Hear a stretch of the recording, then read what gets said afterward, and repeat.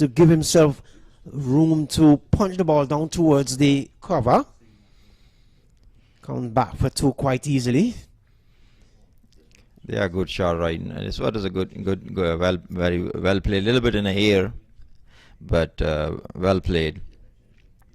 And they are getting back a little bit with this 6. He got a lot of confidence back in his batting now, and now he's facing with little more confidence. So as long as he stays out there and bats his way out, he will continue to grow in confidence. Total is 19 for 2. Perkins is on 16 from some 11 delivery. DL has yet to score. He only faced 2 deliveries. So William Perkins his run rate is very good. He made 16 on 11, just 11 balls he faced, and he looks like in a good nick. Coming down the track, down towards the top middle position, and comes across in Exponel comes across, knocks it down, but cannot prevent the batsman from getting a single. So it brings DL into strike. 20 it is for the loss of 2. Perkins is on 17. DL yet to open his account. Very slow going here at the Broward County Stadium on a Wednesday morning. I would like to ask you a question. You are from West Indies. What is that the batsman was doing right now with the stumps and putting down into the wicket? What is that significate? I think he was just marking his mark up. That's all it is. Nothing to do with nothing to it. Nothing to do with the psychology. Nothing to do with not at all. Not that I know of. Maybe Henry can shed some light on that. Because I have seen a lot of players from West Indies when they come into the crease and they take the bails off, and I think it's more like nothing superstitious to that. It's not superstitious. It's just a way of comforting yourself. Sometimes you put a mark in your life and you need to achieve those goals. That will happen sometime. It help you. So this is my mark. This is my territory. So nobody can get in there. Get in there. Protecting your territory. Correct. Yes, like a security. We are like batsmen is like a security guards, protecting your territory, not to getting anybody let in. So we're going to see a change of bowling from the far end. Kerry Pear, another Trinidad, then is going to come into the attack, and he will be bowling to William Perkins. So it is 20 for the loss of 2 wickets. William Perkins looks in a good nick right now. The way he's playing short with the confidence, that's what the Brampton pacer need, to somebody stay there. I can tell you that if he stays there for anything in the region of, let's say, 7 overs, it is going to be a good nick for him, because every time I see this guy, he makes runs. He's a run maker. Kerry Pear from the far end. Tendulkar used to say that harder you work, more practice you do, luckier you get. That's a good saying. Runs it away down towards the wide mid-wicket long on area rather. Just camper through for a quick single. Again, it's a game that is like a chess. You need to put together your game plan, your mindset, And I was reading about the chess, and I was really surprised that it is really a muscle game. Chess being played on the muscles. Where did you read that, though? In a book. Okay. In a book, it says chess is more like a muscle game. I thought you would have picked that up from the internet or something.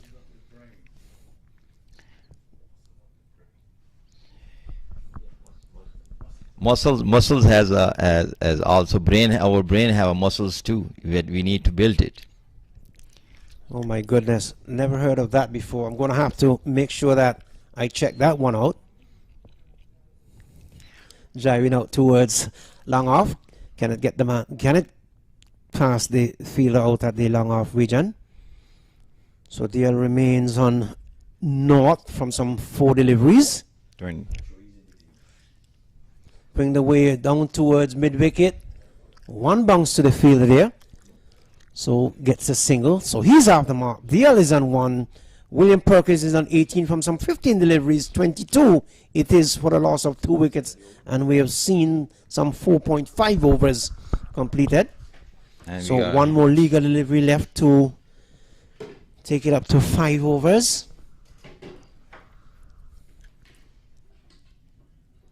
Playing across the line and beating outside the line of the off stump. The over comes to an end, and at the end of the over, and at the end of it, if you're just joining us for the first time this morning, the Brampton Pacers been asked about by the Param Veers team. They're 22 for the loss of 2 wickets. William Perkins is on 18. DL, that's Mark DL is on 1, and for the first time this morning, welcome Ivor Henry and Lee Watson into the commentary box. Gentlemen, take it away. Yes, good morning to one and all out there in Wederland. Good morning to Makuweshi. Hope you would have had a good night's rest.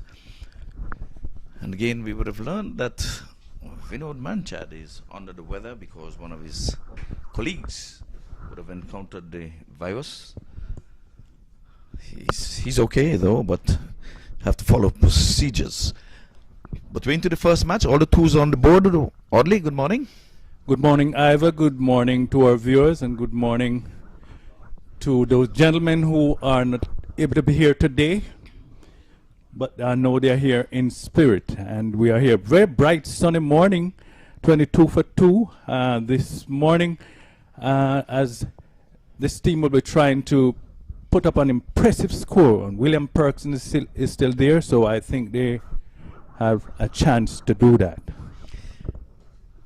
Yes, well, the Brampton Pacers, they would have called Wong this morning, and it was put into bat by skipper Emmett, who's coming in out the board with that lovely action of his, coming out of TNT, Trinidad and Tobago, and he's made no change to his team yesterday. That was victorious yesterday, where we saw the universe boss, Chris Gale, getting some 39, and our local boy, Stephen Taylor, getting a 46 not out. And don't forget that beautiful and that catch by Chris Gale that will be on the highlight reel for a long time and times again. One of the most outstanding catch here in the US Open. Yes, indeed. When Perkins been there at the top of the order, and he would have looked at 2 guys, would have left him, they would have departed, not really contributing much to the total. But Dial, he's there.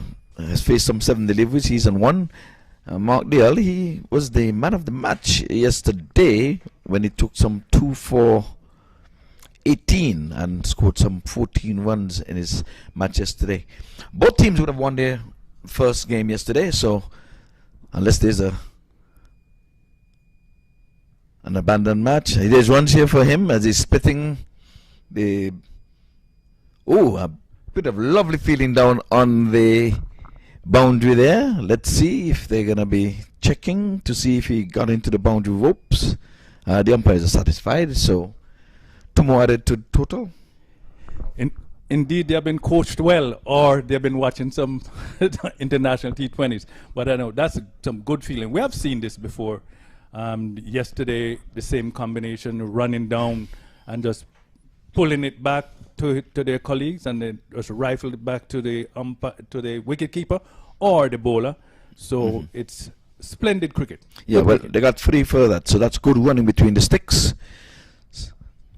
So it was good all-round cricket. So Perkins for the first time. This one is making some height. So this one, there's some pace in the wicket.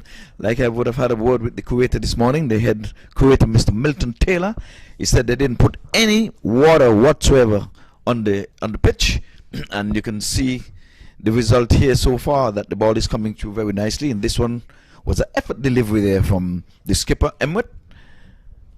And it went through and past the bat of Perkins, who he had a whack at it. He's there on 18. Perkins yesterday, he batted well. This time he's trying to pull this one, not getting a good hold of it, and the ambles through for a single. And said, And of course, Emmerich there showing all his experience. He's not allowing given Perkins any chance to open his arms, keeping the ball close, bouncing just at the right height without being called a no ball. So that's the attribute of a wily veteran. Yes, well, like I said, Perkins, he got 31 yesterday, and he took a wicket yesterday in his first in the air, but away from the short extra cover, who made a dive trying to pull up one of Chris Gale's highlight catches, but he didn't get close enough to it. But he made a valiant effort to haul that one in. He got past him and they went away for 2. Yeah, had he pulled off that one, it would be something else.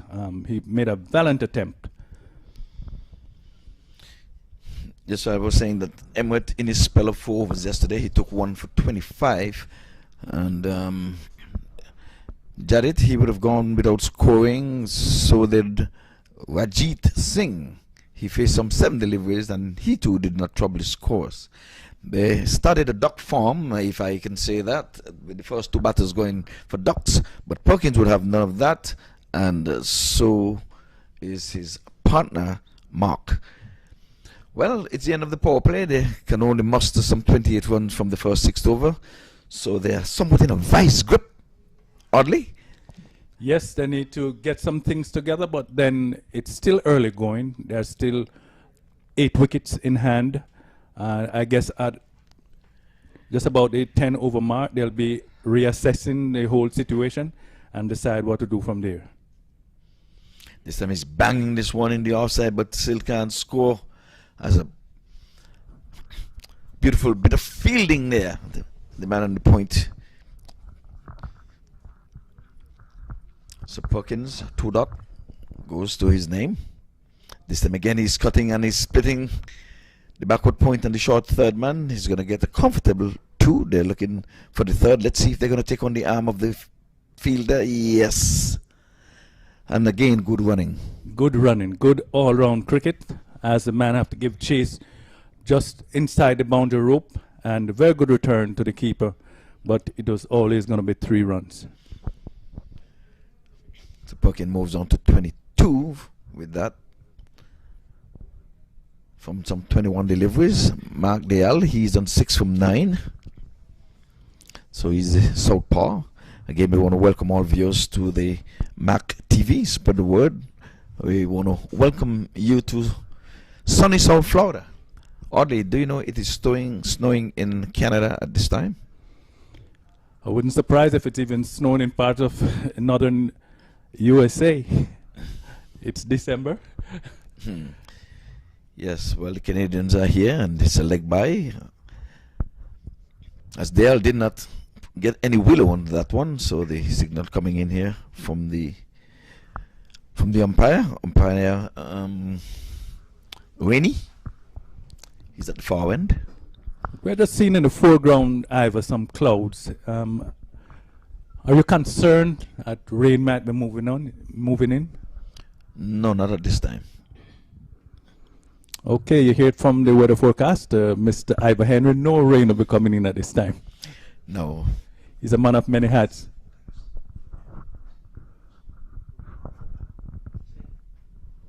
Yeah, well, like I said, rain is in the forecast, but not at this time.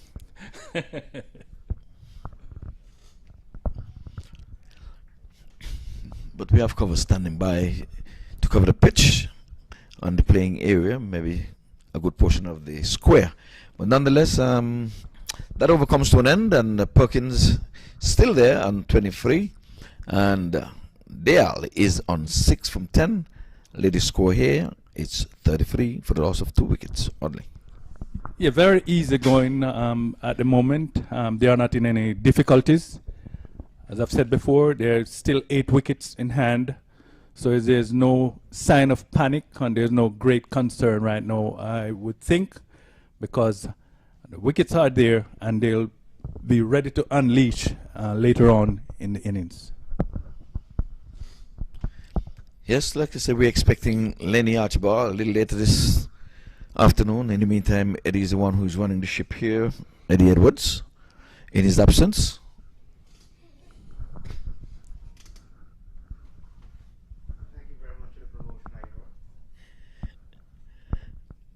They were trying to ease it through here, but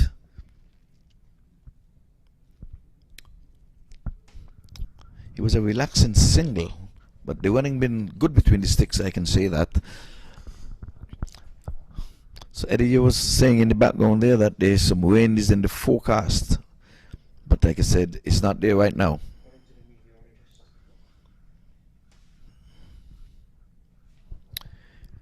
However, this has been a very good start to the US Open, weather-wise. When we compare some of the other US Opens at the start, you know, we have been under pressure a lot of times with rain or very, very cool, unfamiliar Florida weather. I remember last year I was wearing a jacket and I was still trembling. Mm. Yes, and we seem to be getting some life out of the wicket. The ball is bouncing the batsman. They had to cover up and did get it out of the middle. But Emmet, I love to see his action. He's smooth. He has that rhythm. And I guess that's why he's popular all over the world in those T20 leagues. Lovely action. Will they take on the arms of a throw? No.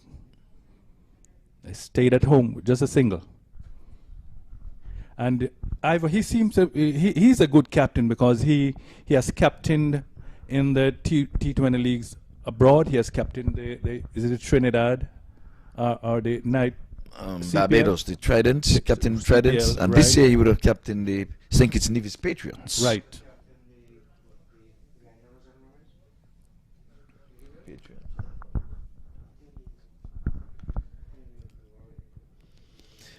So he's been around, an experienced captain at this time, and he took over from Pollard. I remember when Pollard had to take off for other duties in the IPL, and he held rein and took them into the finals. They did lose that final that year, but he did captain the team.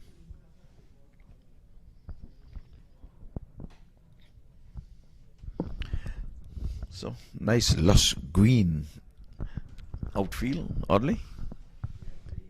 And again, that one making some height. I made a remarks yesterday. The wind was coming in from west to east, and I did say at some times in this tournament it's going to be coming from east to west. And as we look at the flags out there, we can see today that the wind is coming in across from the east to the west. Yeah, that's a normal. That's South Florida for you. Yeah, sometimes the snow comes down in June. I know Ivor saying the snow comes in June sometime, but he's referring to the snowbirds coming from north.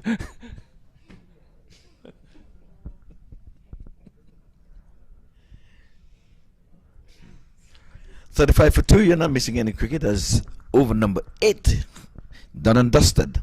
And again, the Brampton Pacers seem to be in a vice grip at this time.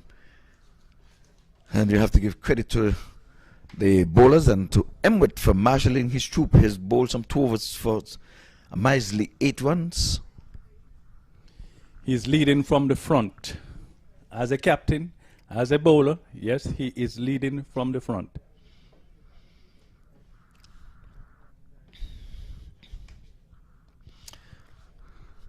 This one has been worked for single. They're thinking 2, yes, and that's Chris Gale. His arm was not strong enough, so the batsman would have made good his ground there. He was a bit off balance there in getting that one in. At 41, I think he would have done well for himself. Yes. I hope it's no disrespect. They're saying I'm not going to respect the universe boss. I'm going to take 2 in the infield, just beyond the 30-yard circle. But it was these 2 batters have been running well. I have to give them credit. From the very inception, yeah. From they came together, they have been taking quick This time singles. he's punching past the diving Gale, and are they going to be taking on the arm? Maybe did it go? Yes, it went into the boundary ropes there. The man on the wide long off ran around, tried to save a boundary, and to no avail. So the alley goes on to lucky 13. 41 it is. We're into the 40s now. So they seem to be up in the ante, but That was a valiant effort by Gale there in the extra cover region. But the ball eluded him down the leg side, wide and naughty. So Pierre has bowled well so far. He has given up just some 12 runs from his 2.2 overs. He's into over number 3, oddly. Yeah, we have seen good movement from Mr. Gale. I mean, the young man is diving around as if he's 31 instead of 41. Yes, effort, and that's what bowlers like to see. They like to see the fielders giving that extra effort. Give them that oomph to really bowl the next. And here comes the reverse sweep. He's pulling it out, and he's getting a good hold of it. Was over the head of the short fine leg, and he was rewarded with 4. Yes, that one, he saw that one coming, and he got in position in time. And because there's a short fine leg, not a fine leg, he got hold of it, and just enough to run across the rope. So 4 runs. Yeah, this has been the most expensive over so far in the inning. This one down the leg side again. So Pierre Wader has been off, coming back into his second spell already. He's gone for some 18 runs, so Kerry Pierre. And this time he's down the leg side again. I think it may have tickled something there. Leg byes, signal there by the umpire, Winnie. 48 for 2, just 1 ball remaining in over number 9. Oh, that one is so wide, we have to call it it's as broad as Broadway. It was going into the pitch number 3. So the wheels are coming off here for Kerry Pierre. This time he's pulling it. He's in the air. There's a man down there, but he's not going to be able to haul in that catch. Has that over come to an end? So Pierre, 3 overs for 20. That's been the most expensive over. Some 2 boundaries coming from it. Wide. 2 wides, as a matter of fact, and a leg by.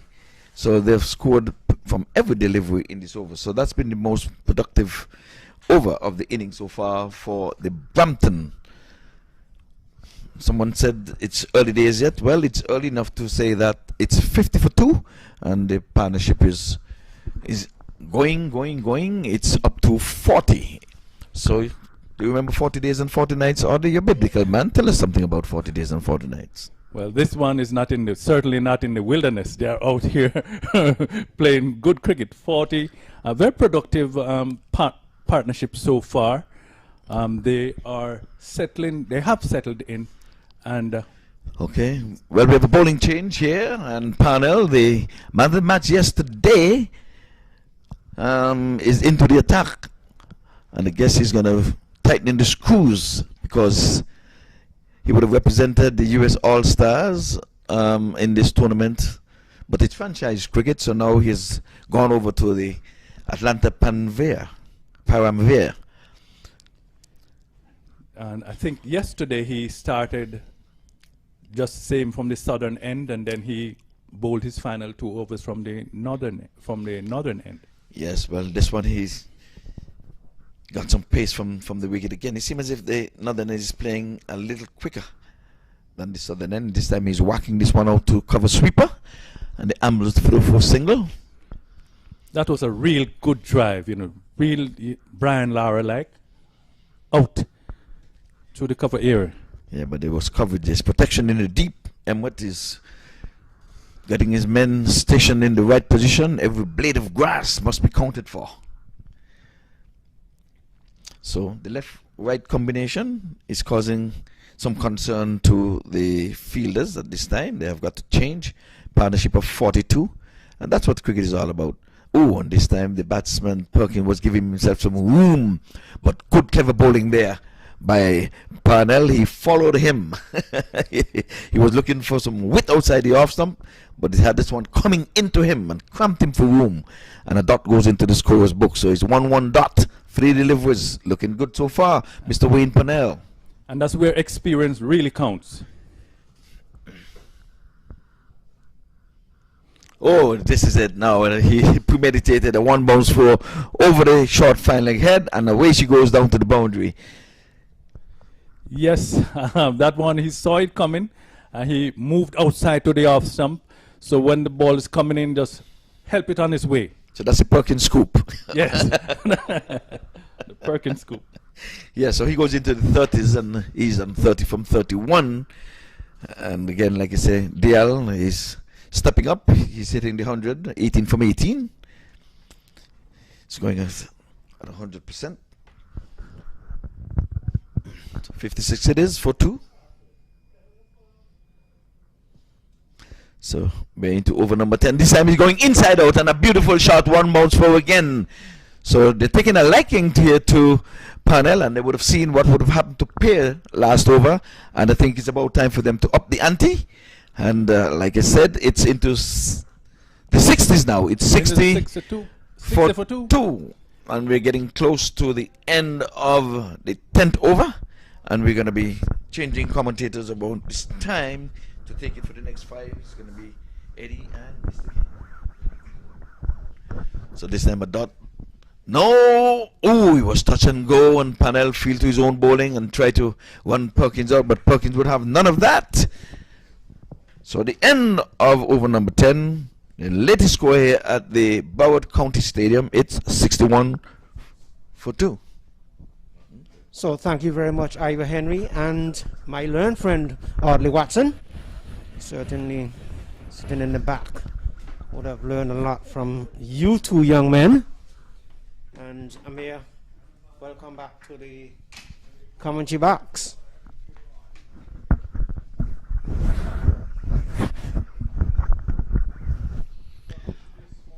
Seems like Brampton Pacers are in a pretty good, decent score, 61 for 2 at the rate of 6.1 an hour.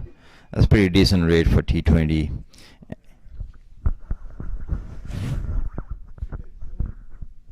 Very decent rate for the T20, and William Perkins at 35 and 33 balls, and Mark Dale on 18 balls. So batsmen are a little bit in a aggression mood right now, and they are taking good hits down the field. And again, income ball, and he played very nicely. It kind of sweep shot to the leg side for 4 runs. So that's a good looking shot from William Perkins, and that was the first delivery from Mindy in his second spell from the northern end. That one was pulled away, or pretty much swept away down towards the fine leg, down towards long leg region, and into the boundary board for 4. So 65 it is for the loss of 2. Perkins goes on to 39 from some 34 deliveries. Mark Deal is an 18 from 18.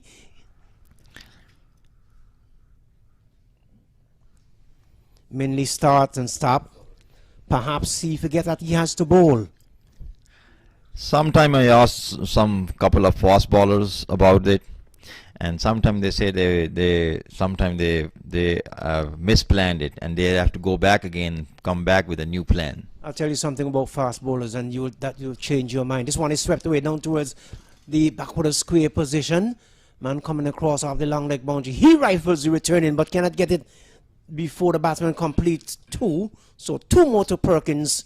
That brings the total now to some 67 for the loss of 2 wickets. And Perkins goes on to 41 from some 35 deliveries. Perkins is on fire here at the Broward County Stadium on a Wednesday morning.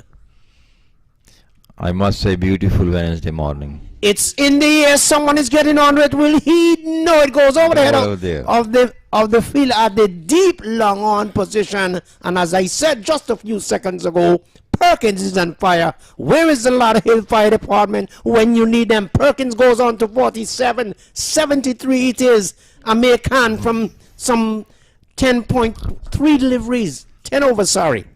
10.3 deliveries and 73, and he played a beautiful shot through the line. And Perkins again in the air down towards mid-wicket, and he just knocked it. Have it over the boundary, so let's see now. Well, the umpire comes across and signals for it is all happening here at the Broward County Stadium. And that makes a William Perkins to 51. Very good knock, but just for on 37 balls. He played So- shots all over the ground. That brings up his 50. Well played 50 for the young man out of Trinidad and Tobago. 77 it is for 2. Min from the far end.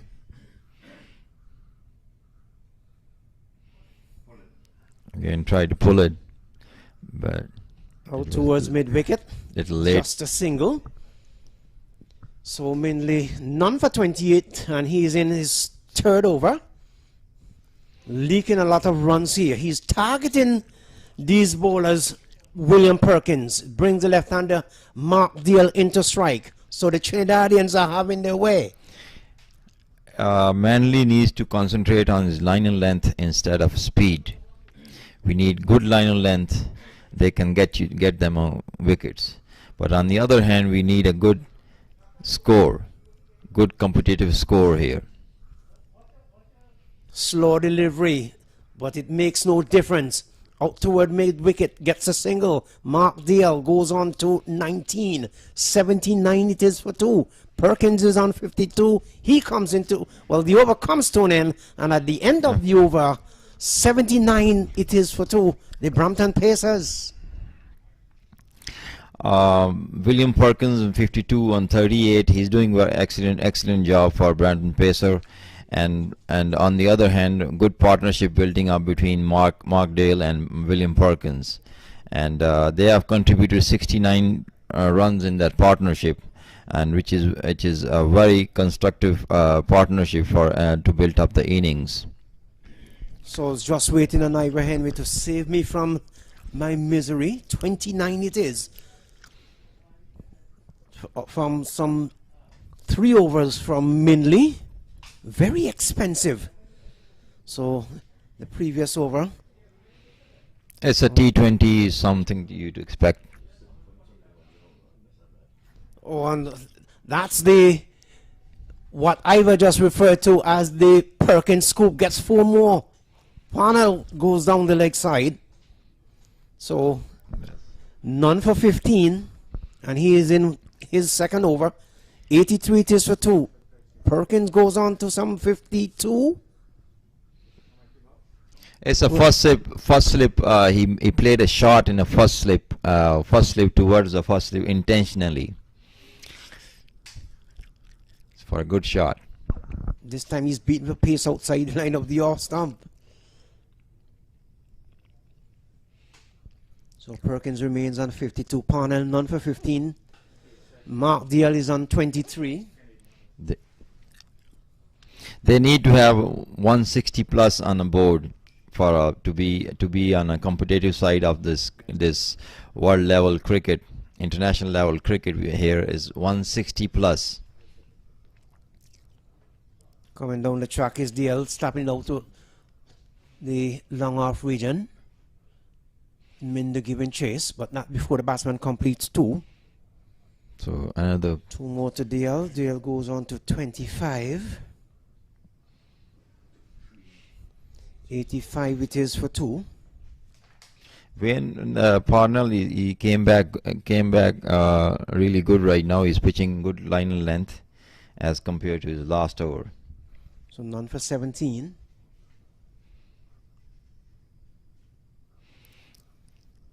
Another good ball. And that ball, and as Ivor usually says, that balls are like gold dust. And Marley, you can correct me if I'm wrong. 85 it is for 2. And we're into over number 12. So they're pretty much on par to get a total of somewhere in the region of 160, 165. Plus. They need to get 165, 160 plus. Guiding it away down to white third man. So Parnell had 3 for 29 yesterday. And also he had earned him the man of the match award. And today is none for 19 from some You can say 2 overs, just 1 legal delivery left. And he'll be bowling that to Dale, who is on 27, settles into his stance as per Parnell turns now. Good smooth runner Parnell have, and one more 4. Between the slip cord and into the boundary board for 4. So flash and drive there from Dial. Good looking shot. He goes up to 31 from some 29 deliveries. The over comes to an end, and at the end of the over, at the end of it, the Brampton Pacers 91 for the loss of some 2 wickets. William Perkins out of Trinidad and Tobago. He's on 52. And Mark Dial is on 35. Amir Khan. When Parnell, that over was a little expensive for their team right now. It consumed like 23 runs in 2 hours, which is pretty on a higher side of that international level of cricket. But it's all we need to do is keep the head down and keep it to the point where we bowling and fielding and all coordination in that region. So they stick them under 150. So it seems like we're going to have a change of bowling from the northern end. Captain Riyad Emirates is out there giving his bowler some instructions. So all kinds of direction, like a policeman in any busy Caribbean city. Have you ever direct traffic in St. Kitts Nevis? I'm pretty much sure that you have. 91 it is for 2. They need a breakthrough at this point. So it's going to be Akil Hussain, the young left-arm bowler from Trinidad and Tobago, on his way out to bowl to Perkins, and Perkins is beaten outside the off stump.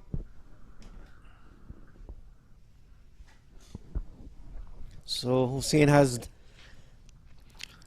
2 for 9. Hussain did a pretty decent job up till now. He got like consumed 9 runs in 2 hours, which is very, very decent in that. And apart from this wide delivery. That's a wide delivery, signal and call wide by the umpire. So it takes the total now to some 93 for the loss of 2 wickets. There's an old saying, it's not what you got. It's saying that what you become out of that, what you will do with that, what you have. Where do you get that old saying there? I mean, just hold that thought after this delivery. Stop the way into the covers.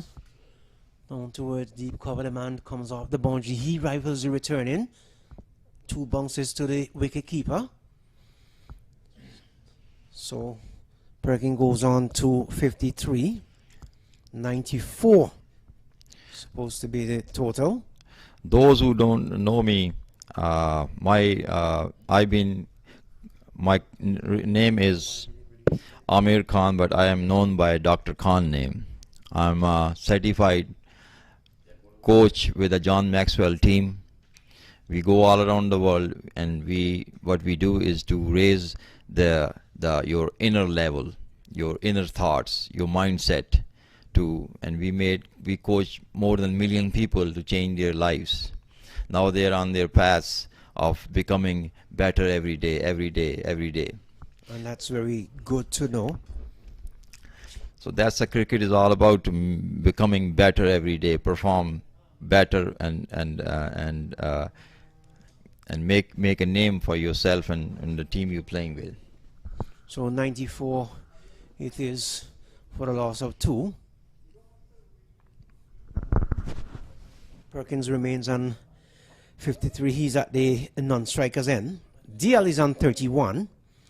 So these two has built a partnership of some 83 runs. I think the most we have seen in the competition thus far. When I stand corrected. And Mark Dale is trying to give himself a room to upset the bowling line and length. Trying to use some psychology, and Hussain there. He will have none of that. And he's following, slapped it out towards cover. Will this run away to the boundary? No. Parnell there. He picks it up. The batsman come back for 2. So 2 more to DL. He goes up now to some 33. And William Perkins remains on 54. 95 or 96 the total should be. And that partnership is becoming 85 runs partnership between these Mark Dale and William Perkins. Very good contribution to the team. And Mark Dale is trying to now switch the gears from right to left and right to left. Yes, indeed, he right is trying that very well. And I've seen he tried in the last over 2, and he made a couple of good shots with that switch.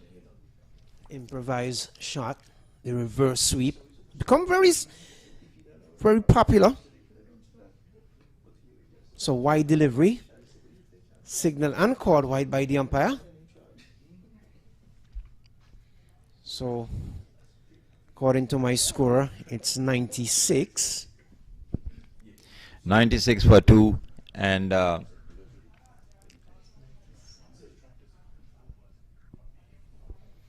so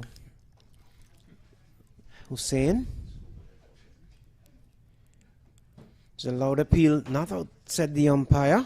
Umpire had absolutely no interest in that. Comes across. So there's no signal from the umpire, so which means it must have gotten to the bat. So Perkins is on 53, Dale is on 34. That's the latest score here at the Central Broad Regional Park. The Brampton Pacers 97 for a loss of 2 wickets. Hussain, he bowled another good over by Hussain. It was a very good line and length, and he kept his senses in the right spot, and he been bowling at the right line and length. So that's the result of it. It's a economy rate is very good economy rate by this Hussain, bowler Hussain. So let's see what new change brought in the new bowler coming back. So they desperately looking for a breakthrough at this point. Yes, indeed, because the partnership is growing now. It is some 87 runs between Mark Dale and William Perkins. And Red Emmet, who has bowled some 2 overs and has none for 8, decide to come back into the attack from the commentary box end.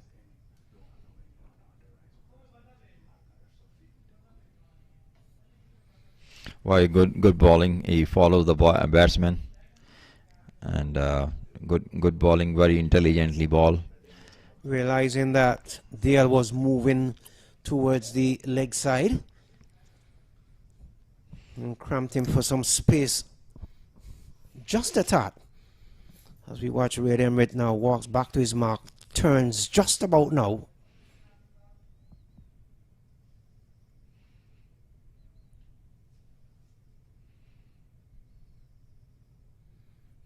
Going to swing the way out to mid wicket.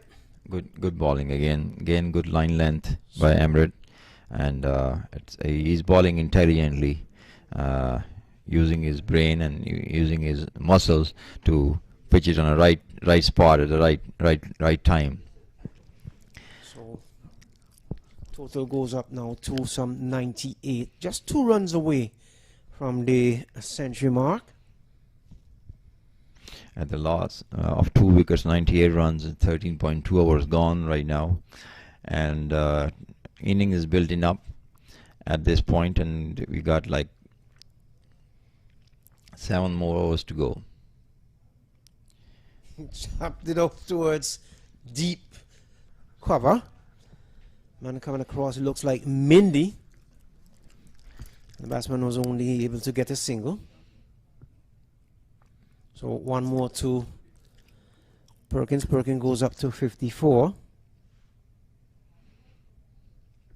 I was reading about the Emret. He is 39-year-old, and which is very good sign for 39-year-old to throwing the ball at this pace. And here goes the DL scoop. It goes over the fence. Does it? Yes, it is. Yes, indeed. The umpire signals 6 now. So good bit of cricket there. Good shot there from Dial. Dial goes up to 40, brings up the hundreds. It's 105 for 2. Dial is on 40 from some 32 deliveries.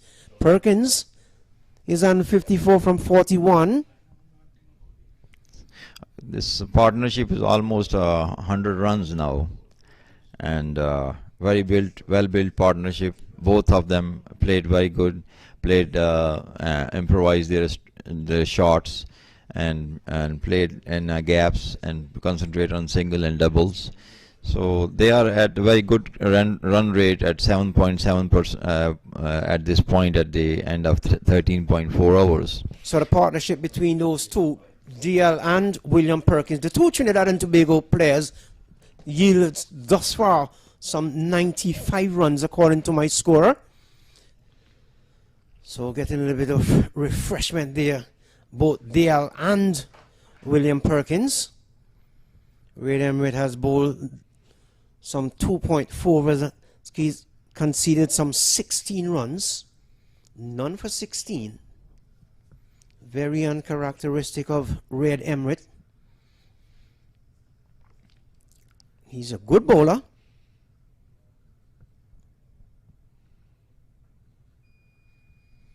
Now towards the wicket area. And DL gets a single. So DL pretty much fancying the mid-wicket area, backward of square area there. Dr. Khan? It was a really, he played it, he made his shot. Mark, he made the shot through by his moving, just taking a little bit steps and make it a shot. It was a good ball, right in the cage. Just dropping short of Stephen Taylor. Runs around to his left. So no harm, no foul. The over comes to an end. And at the end of over number 14, the Brampton Pacers been asked to bat. They're 106 for 2. William Perkins is on 54 from some 42 deliveries. Mark DL is on 41 from some 33. That's the latest score here from the Central Broad Regional Park. Dr. Khan. 14 hours gone now. The 7 hours to go, and they have a current run rate is 7.6. Next 7 hours is very crucial to build up this inning to bring the score 160 plus. That's what they need, competitive score against a very strong team on the other side. So they need to work on it next 7 hours without losing wicket. Is if they both stay in without losing wicket, I'm looking at 180 plus. Well, we have some 6 legal overs left, so let's see what will happen from here on out. It's going to be Hussein who's going to continue. He has 2 of 14 from 3 in his final over. Here he comes, and this one is swinged away down towards mid wicket, goes over the fence. The umpire signals 6. So 6 more to DL. DL goes up to 47 now, and that's a towering shot from a little man. Another US Open Fantasy 6. Good shot at a good time. And that's what they need to do right now to accelerate the run rate without losing wicket. That's the key. So DL is going after Hussein in his final over. He has gotten some 2 for 20.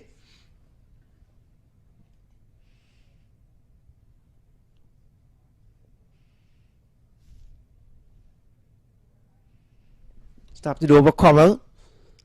Will run away to the boundary just about now. Why is he targeting the young Hussein though? Is it something personal? What has Hussein done to young DL? It's not about it's a cricket. It's a game of love and a game of planning. Well, if that is love, I wouldn't want to see hate. That was a towering shot. Before that 4, it was a big 6 from DL and came back and hit him before. Let's see what he does with this ball. at this is one other white ball, and it's you follow the batsman at this point.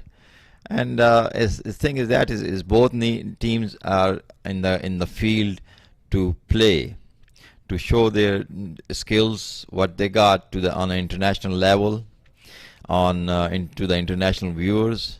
And it's all about building a partnership. It's all about the teamwork between those batsmen. And same thing for a bowler and the fielders is also a teamwork, that how we're gonna get it. And now part of the teamwork, the keeper went to the bowler right now to have a little chit chat.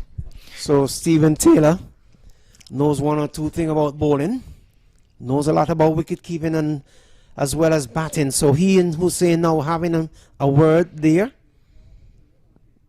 Because at this point it's looking dangerous. At 14.2 over 118, only lost 2 wickets, 2 well settled batsmen in the middle right now. And if they continue like that, so I'm looking on 180 plus score. Hussein about to bowl to Perkins.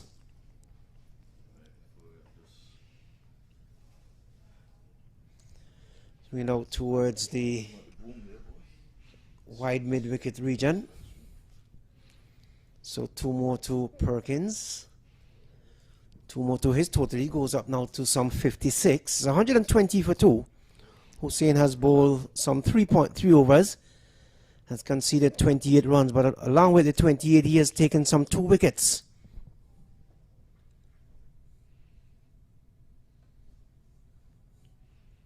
Out towards wide long off.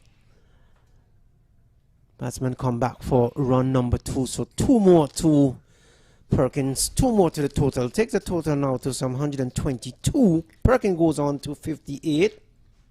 So far is very constructed over for the Brampton pacer. And they are building up their momentum, which is already built up. And it's just to follow through with that. I'll read that ball bowled by Hussein. 1 more legal delivery left before Ivor Henry and Mr. Watson take the seat from Eddie Edwards and Dr. Khan.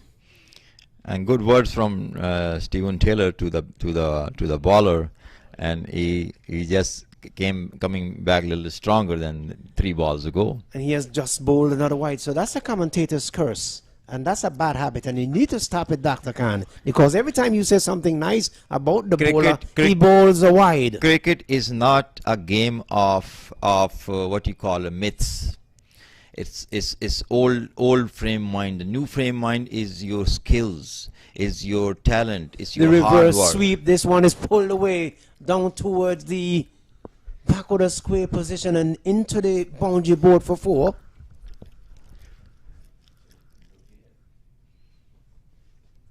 So Dale goes up to 51. Perkins is on 62. At the end of over number 15, the Brampton Pacers, they're 127 for a loss of 2 wickets. Here comes Ivor Henry.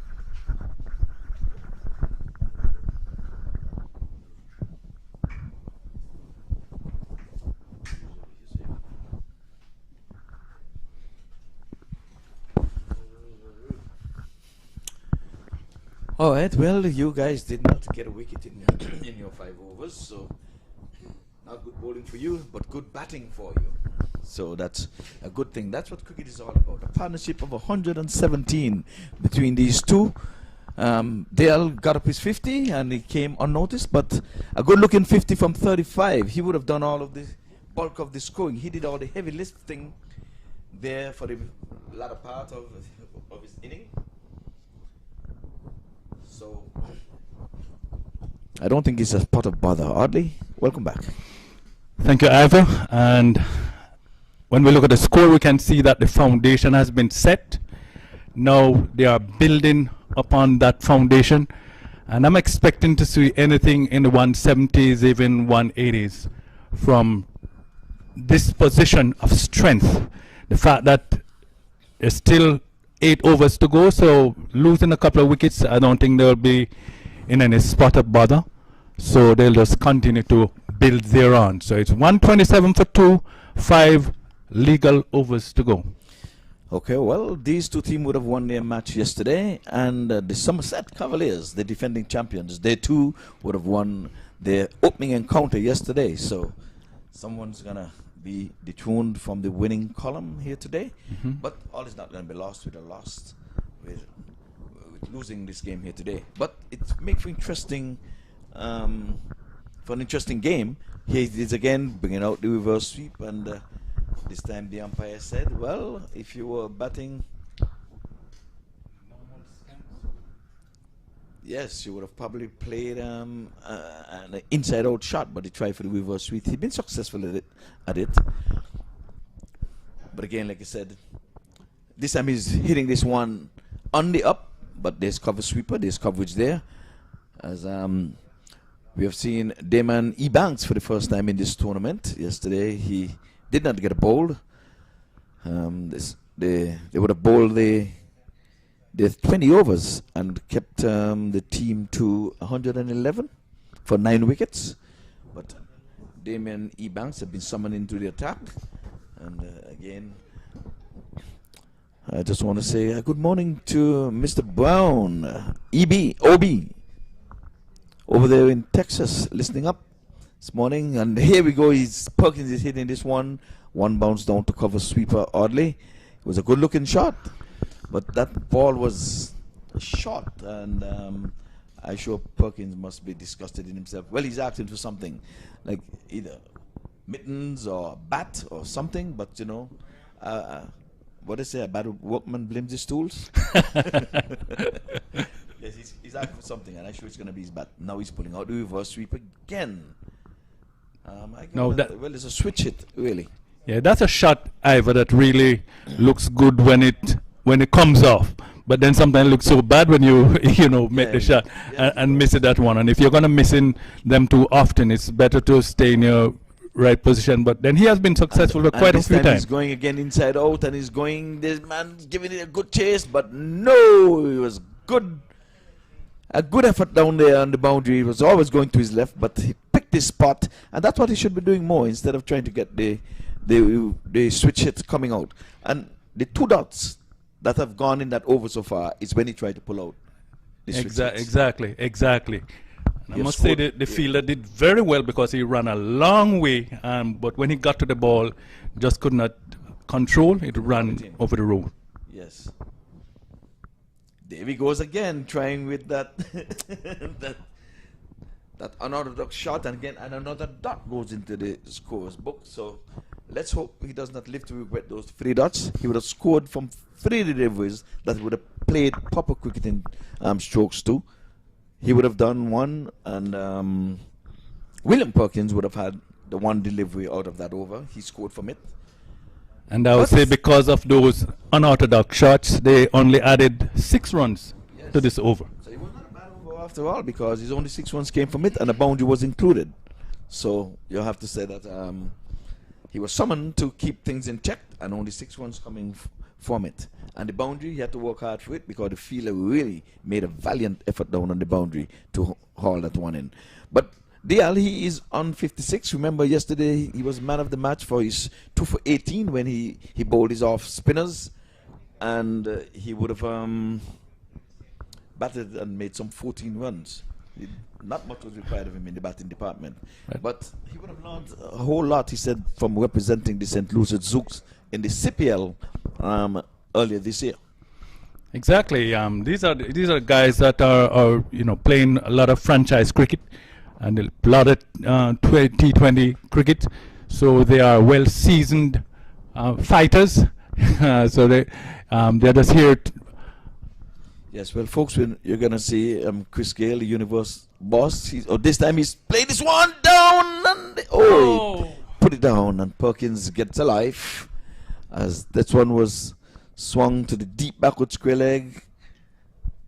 This one would be a magnificent catch. He ran forward, and the ball is always diving, always going down. So he dove forward, but wasn't able to hold on to it. Yes, the ball was dying at him. So that's 2 foul shots as far as Perkins is concerned. The last 2 times he would have batted.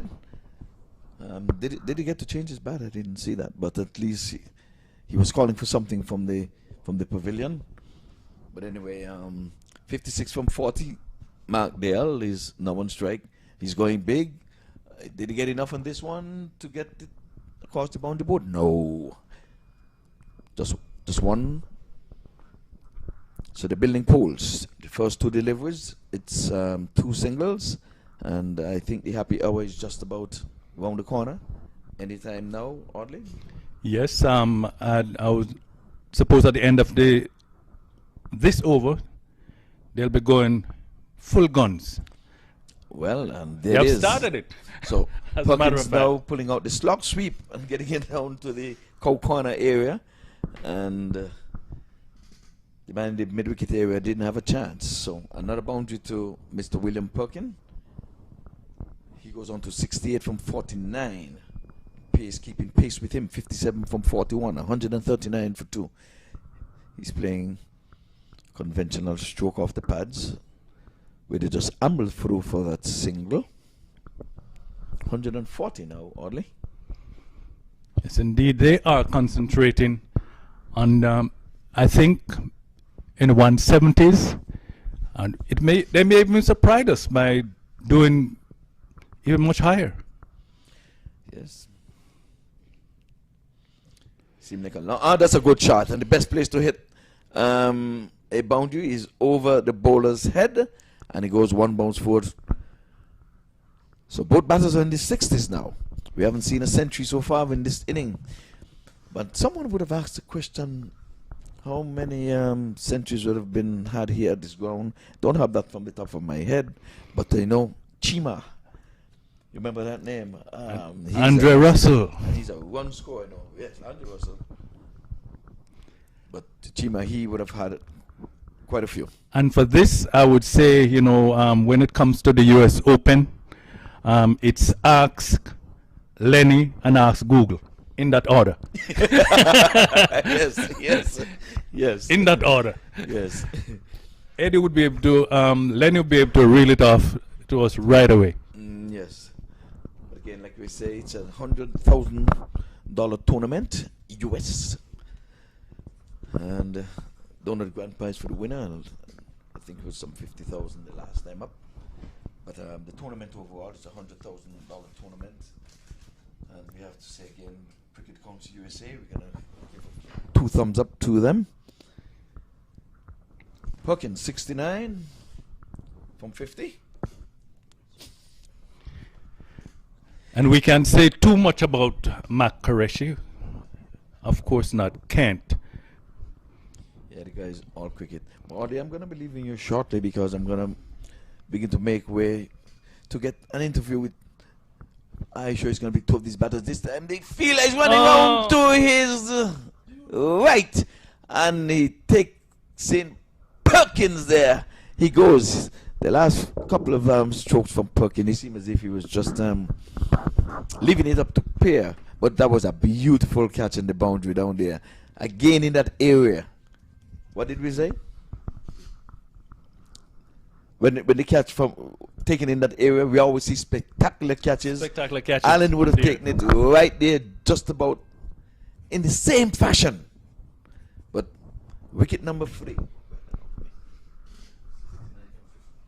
So Perkins has left hot and dry on 69. I don't know if he's going to play the lotto and use that number. But he got 69 from 50. Markdale, he's still there on 62. So the score presently 145 for 3 in 17. Oh, Perkins is still there. So Dial, who's out?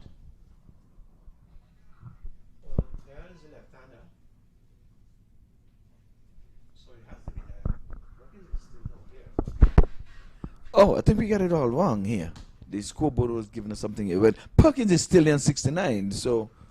Julian, the new Leonardo Julian is a new batsman. He's come to join Perkins. Oh, so Dale is out. Okay.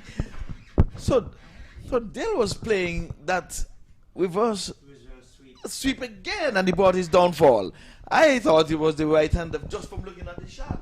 So he played it, what, One the time last too 4 much. times, one time too many.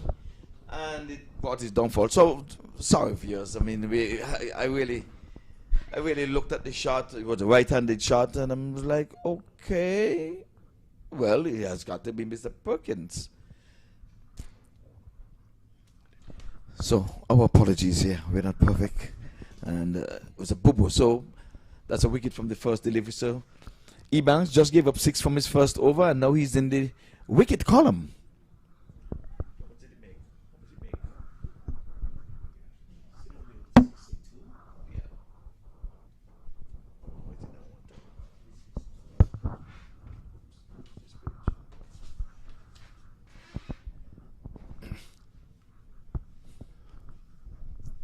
So it is Ebanks who will continue to bowl from the southern end, the commentator's end. In his second over, 1 for 7 so far.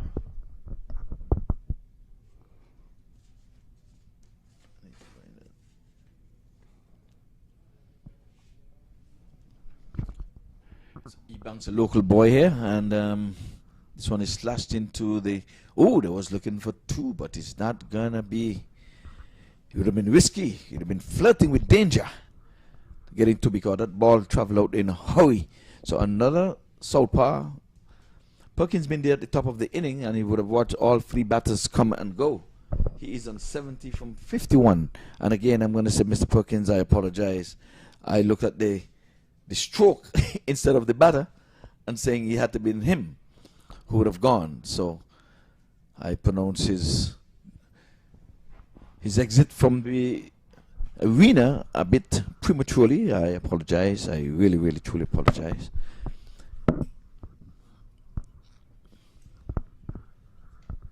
So they have moved on to 148 for 3. The next target, next landmark will be the 150. Oh, this time he's going in the air. He didn't get enough on it. A man settles under it and takes the catch. Good catch. That was in the air. The man run forward, settles under it, and no problem. He just bucket that one. So Ebanks is at home here, and it's home turf. He's now got 2 wickets, 2 for 9, and he's just in his second over. He must have been saying to the guys, I think you should be giving me that ball. You should have given me that ball earlier. Yesterday. Well, it was needed yesterday because they did a good job in containing the opponent to 111. But I'm going to take my leave here at this time. I just came in for a few here. I'm going to see who I'm going to pull before they get into the hut to have a word with. I know Damon Ebanks with those 2 wickets. I think might have a small talk with him. Then I have to get Mr. Perkins. He's on 71 by all means. We have some adjudicators here for man of the match anyway, so it's going to be a hard taskmaster for these guys. Let's hope. We don't want to make it easy. This is the US Open. We have to make things tough around here. We need some big scores and some big wickets and highlights. Who knows, maybe a catch. A person taking a spectacular catch might very well pull up a play of the match. Who knows?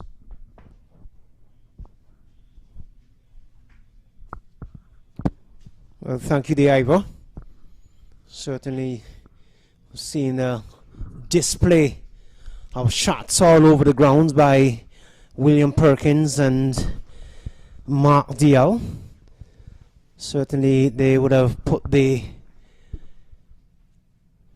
team not only on the mark but into the driver's seat. Perkins still out there. He's on 72. And the new batsman, Jadip, he's yet to score. So, are you enjoying yourself there, Mr. Audley? Yeah, we're seeing some very good cricket here, and indeed, that's what you want to see. Good cricket all round. 6s being hit. Beautiful feeling. Some spectacular catches. The last 2 catches were very good catches. So, we're having good cricket right here in the US Open. So, Emirates is going to bowl the 19th over from the northern end, and he'll be bowling to Perkins. Perkins just leaving that delivery alone. It's a wide delivery. Signaled and called wide by the umpire.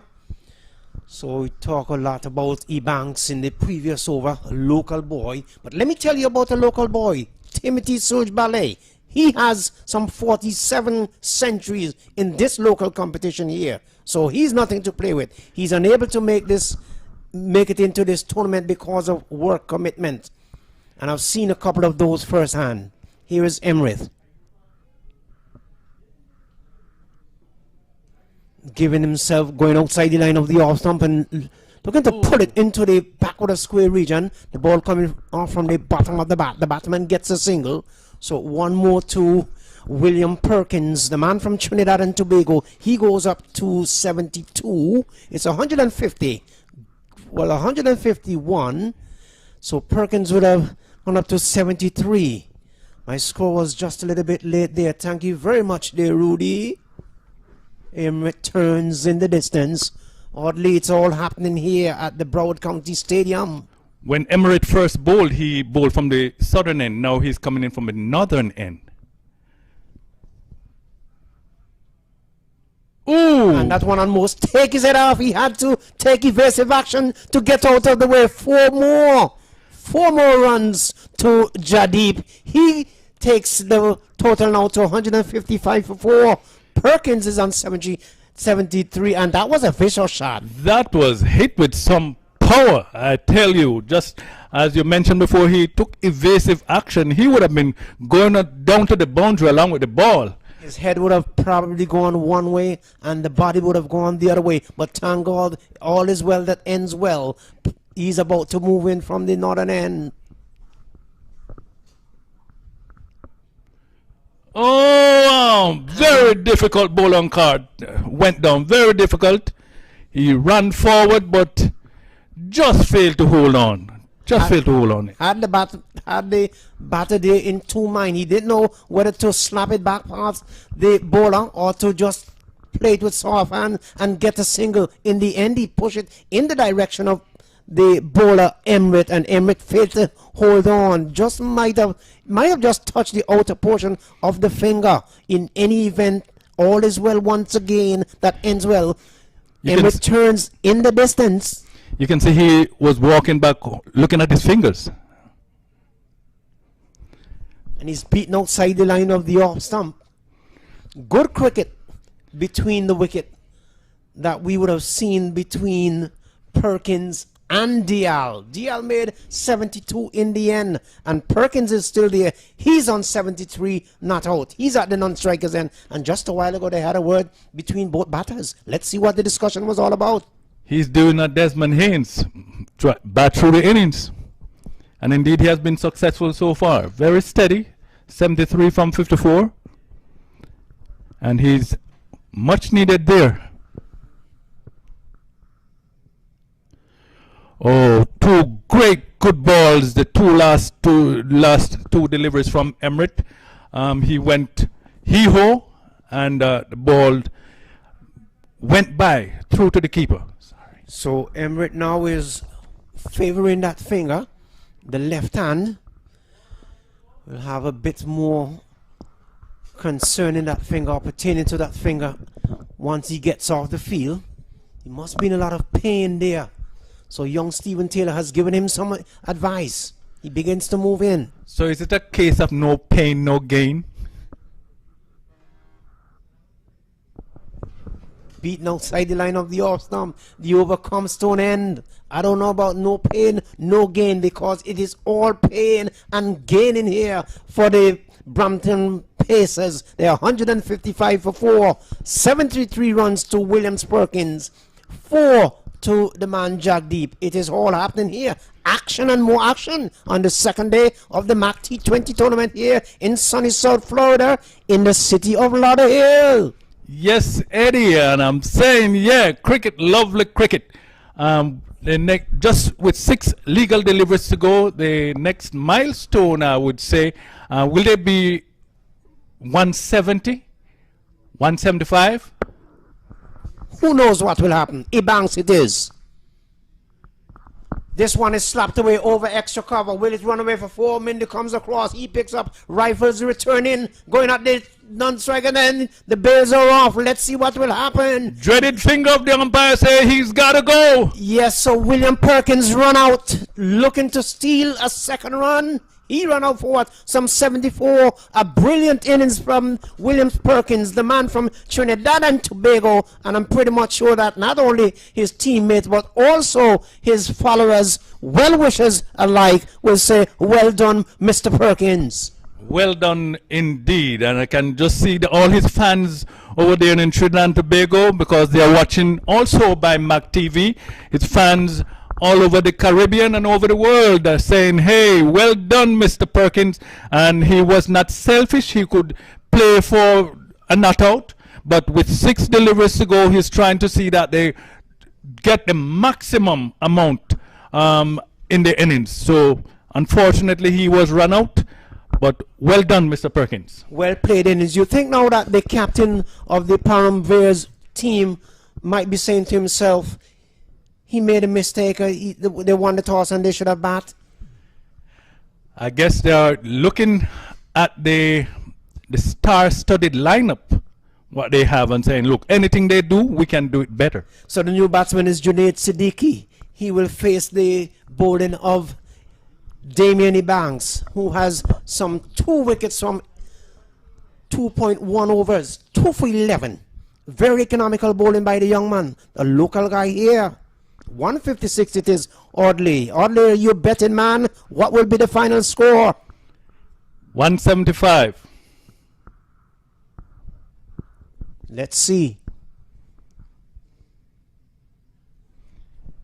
This one is tossed up hard and high, but he takes the catch. He does. The man coming in from the wide mid-wicket region takes the catch, and Junaid will have to go. Siddiqui didn't even trouble the scorers, as if to say, my presence is here. There goes my 175. Very good catch. It's another one of those running catch. And then he got there and he bucketed that ball. Certainly was heading towards the boundary. So Siddiqui, his intention was good. He had the height, but certainly not the distance. So it's 156 of 6. Sudeep Bar comes to the crease to replace Junaid. So we have seen some very good catches being taken here in this innings. Oh, and he bowled him! Twinkle, twinkle, little star, shining bright in the day. Wow, he's out. So guess what, Watson? Ebanks is on a hat-trick. Well, he must be in contention now for man of the match, or at least so far that the game has proceeded. It's left to be seen what's going to happen in the second innings. But he, as you mentioned before, he did not bowl yesterday. They did not need him yesterday. And now today he's back, and 3 for 11 from 2 overs and 3 balled. 4 for 11. He's saying 4 for 11. He's on a hat trick. So will he make it 5? So let's see. Let's see this field for the man wearing the 777 jersey. So deep bar. Is it? Just looking out in the distance there, we can see Universe Boss doing some push-ups, getting ready to open the innings, to exercise his muscles. So in another way. But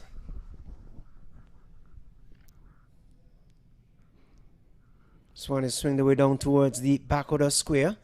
Pulls the man off the boundary. Looks like Kerry P. Rifles returning along the stumps. So one more to the total. So 156 or 7. 19.3 overs. Eubanks has bowled some 2.4 overs. 4 for 12. And of course the hat-trick was averted. It's always difficult to get a hat-trick. Don't know if it's a psychological thing with the bowler. And the batter can play a very important role too in preventing the bowler from getting to that landmark. Final ball of the innings, and he bowled him! He's got a fiver. The bounce is saying, get here. It is all over for you guys. 19.6 overs with, well, 20 overs has completed. Damini Banks would have some figures of some 3 overs. 12 for 5. 5 for 12. Very economical bowling. Perhaps the best bowling figures thus far in the competition. Yes, definitely, without a doubt, for this year. Best for this year so far. First fiver will be the first of a few more, or the only, we don't know, the only one. But to get 5 wickets in a T20 is a huge achievement.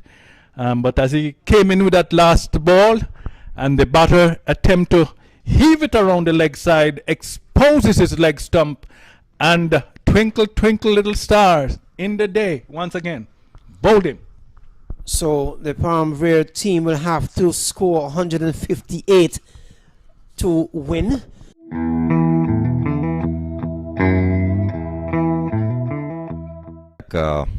Like I said, the target is pretty good target, 158 at this point. So the opponent team has to bowl really wicket to wicket and good line and length without any extras.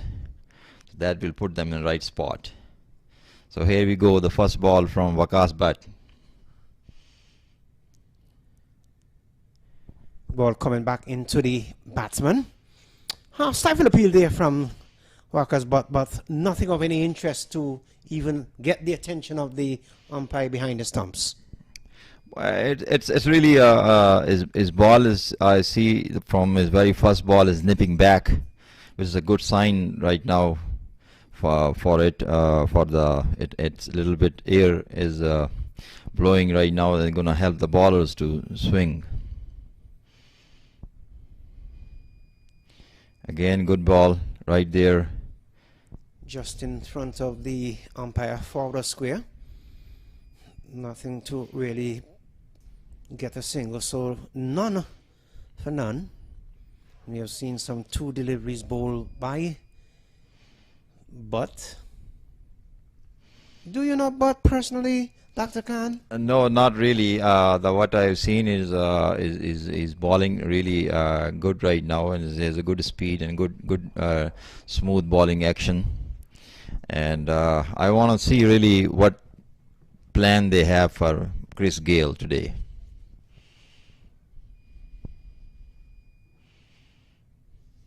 Good delivery again from Butt. Right on target. So it seems like those 3 deliveries all right on target and right into the mid-wicket, short mid-wicket region, or just in front of the square leg umpire. It got to be line and length, right line and length area. That will be the key for moving towards the victory. But it has to be right line and length, and they have to play with the plan over here.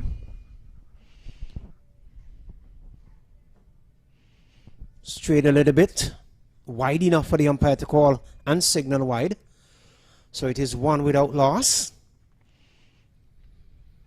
That's a bad habit, and Butt will have to get out of it sooner than later, because it can come back to nip him in the butt, or that wide delivery can be the run, the extra run to give the every run counts. That to take them over that winning track.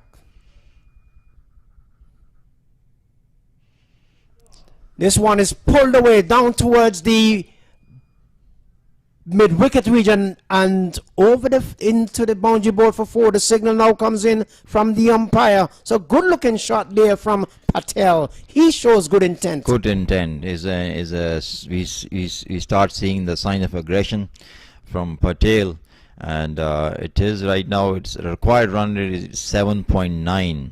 So they are right now, is the current run rate is 7.5. They are okay with the run rate, apart from first 3 balls was really decent balls right into the line, and now a cost also 5 runs in an over right now, and we have 1 more ball to go. So let's see what Butt will do. if he will make the adjustment or he will be spanked away again.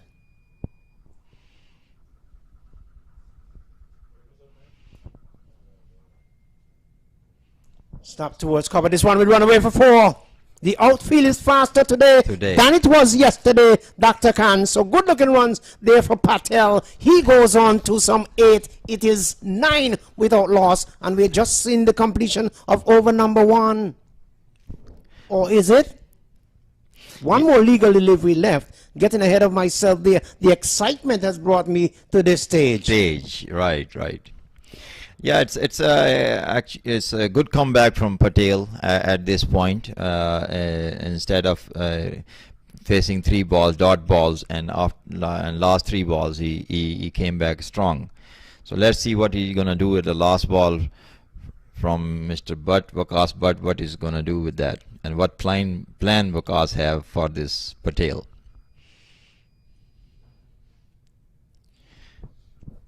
Inside out, ball going towards the forward square. So 1 more to the total. Takes the total now to 10. And it is 10 without loss. The over comes to an end. At the end of the first over, the Param is chasing 158 for victory. There are some 10 runs without loss. Without loss. Very good start. And very good start by that Patel, and it was a good start by the bowling side of it, and they did first 3 balls decent, but at that last ball he came back strong. As you, is a lot of pressure getting 2 fours in a row, and it built a lot of pressure on the fielding side and the bowling side, and especially on the bowler. So that's what it comes to, a mindset where we need to. We was talking to Mr. Emirates about it, and he was talking about the strong mindset for the bowlers. So that's what it is going to take you to winning side of the game, and we're going to start the second over now. So Patel still on strike. Had a single off the final delivery. So let's see who's going to be the bowler. Looks like some spinner.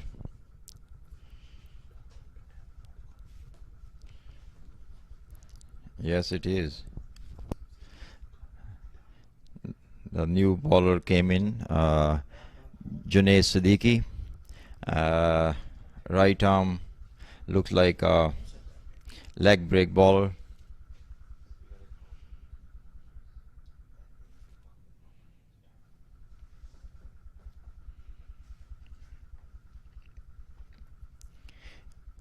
So it's going to be Junaid Khan to bowl to Darpan Patel. Good plan for them from the team, fielding side team. Good plan right now. It's a good option to bring in a spinner, right arm. Oh my God! And he's bowled him. Bowled him.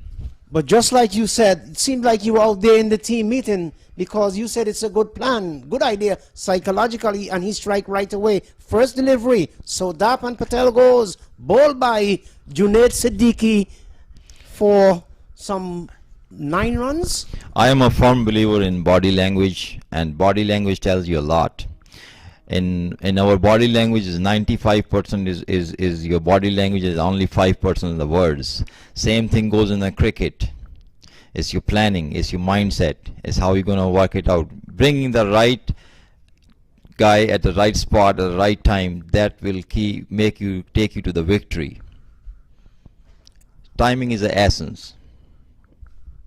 And looking and listening to you, Dr. Khan, it reminds me when I was in school, my professor used to preach the same thing pretty much that you are preaching here now.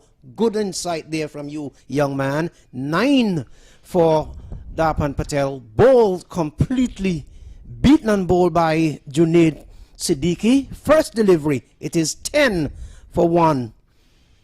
So the batting side is a little bit under pressure while losing the wicket of Patel, and it's 10 run in one for the loss of 1 wicket, and it's 1.1 over early start.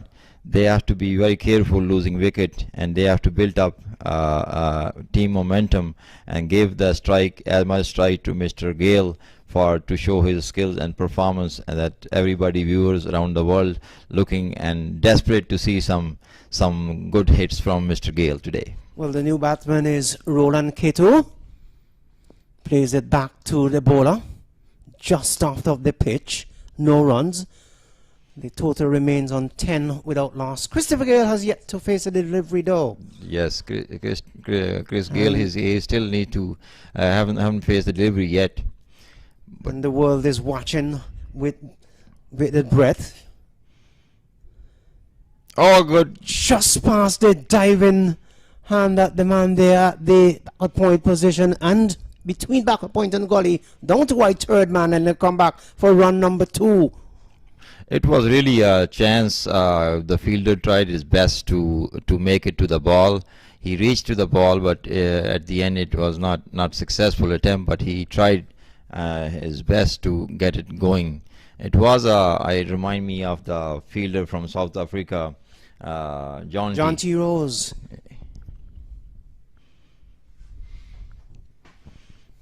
Coming off the portion of the bat, wicketkeeper comes across and field. So the total is 12. It is without loss. We used to call John T. Rose the flying man. The way he was catches, flying in the air. One of so many names, I'm sure. Siddiqui. Kato is coming down. And He's out, one come more behind. Looking to give himself room, coming down the track there. Dr. Khan looking to open the face of the bat, get the outer edge and into the gloves of the wicketkeeper. He tosses up, he's excited, and certainly it is all happening here at the Central Broad Regional Park. Ombre 12 for a loss of 2 wickets, and Chris Gale has yet to face a delivery. Yet. But you know, that's a good part of they've been good planning from the fielding side. They planned it right to bring the right arm leg spinner at this point, very second over of the inning. And you know, if you really bowling wicket to wicket and keeping a good liner length, you will get some wicket on this track, because this track is gonna favor more spinners than seamers.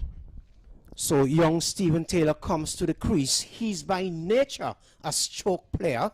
And yesterday these two were at the crease and they put on a mammoth partnership. Stephen Taylor got somewhere in the region of some 48 runs. Chris Gale got 39. So let's see what these two will do as the ground staff is out in the field making some minor adjustment at the striker's end. I think is instead of trying to hit at this point, because they lost 2 wickets, at this point they should concentrate on the singles and doubles at more than hitting 4 boundaries, 4s and 6s. But I'm sure that Christopher Gale at the non-striker's end must be saying to himself that whichever way the bowler comes and I get the opportunity to get 6 or 4, that's exactly what the team is asking me to do, and I'm going to do it. Sometimes it becomes a need of the day that you need to adjust to the atmosphere, or adjust to the environment, your circumstances, you know, like, but you need to make adjustment. So let's see what adjustment they make here. Played it into the covers. As I said earlier on, that young Stephen Taylor, he's a stroke player by nature. The over comes to an end, and at the end of over number 2, the Param Veers team, they're reeling at 12 for 2. Chris Gale is a naught. Stephen Taylor is a naught. Siddiqui has some 2 overs, and he has 1 over and taken some 2 wicket for 2 runs. Good piece of bowling by Junaid Siddiqui at this point of the games, early in the game. But that's what you need, start building pressure early in the game. First 10 hours are more decisive than the last 10 hours. So without losing wickets, they need to build up partnership between Stephen Taylor and Chris Gale, and at least stay in the wicket and play their innings. So Chris Gale takes his guard from the umpire. Just doing a little bending over now, fixing the left glove. The world waiting with bated breath, and so are we in the commentary box, and everyone else settles into his stance await the arrival of Walker's butt.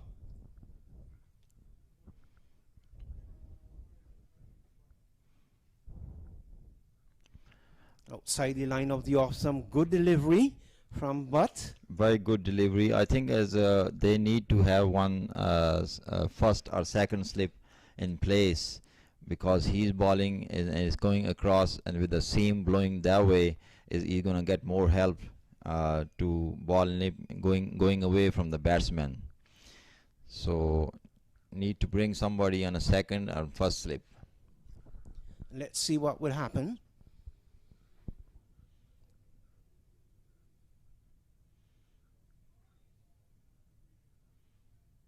Push it back up the track. The bowler feels his own bowling. Look at Gale steering down the bowler, and both men are looking at each other as if to say, the cat and mouse game is on. Cat and mouse game is on. Its game is on. And it's more like now it's not a very big target for that. If Chris Gale get into the his batting groove and his mode of batting is not a big target, but he will need to stay there and improvise it for next 5 overs. Down the leg side, it's a wide delivery. So when you have bowlers bowling all over the shop, nothing with no sort of a consistency in his second over, certainly sometimes it's done deliberately to throw the batter off guard. You think this might have something might throw Chris Gale off guard, or he's too much of a big fish, too much of a professional to think that way? Obviously, it's a lot of pressure. Bowling against such a name like such a Chris Gale, it's a lot of pressure on the bowlers, especially youngsters. And pretty much he's doing good bowling to line and length. But whenever you try to do something different, and that's what it happened, that becomes a wides and these kind of balls. If you stick to the basics and just ball wicket to wicket without thinking who's in front of you, then you can make it a difference. And while you were making that analogy, Chris Gale the mark played that up towards long on. So 14 it is for 2. Brings Stephen Taylor into strike. 2 left-handers in the wicket, as we saw yesterday for the better part of the innings. Stephen played a good inning yesterday. Good partnership. Towards mid-wicket. That's a good bowling. Is a golden balls right now. It's anything is dot ball is a golden ball in T20, especially in this level of cricket. So not very much to cheer about after that over from Siddiqui. Seen Butt now.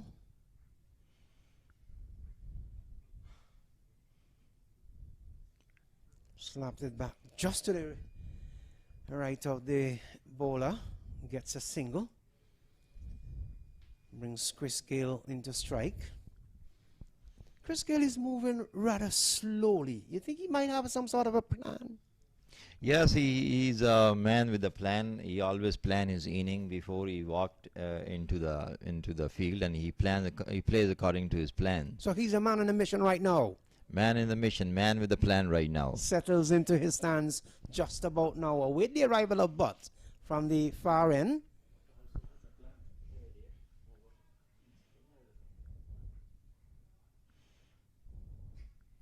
Beaten outside the line of the off stump, and here goes the oohs and the ahs and oh my, and like you're in church on a Sunday morning. Sunday life is good like a Sunday morning. It remind me of a song.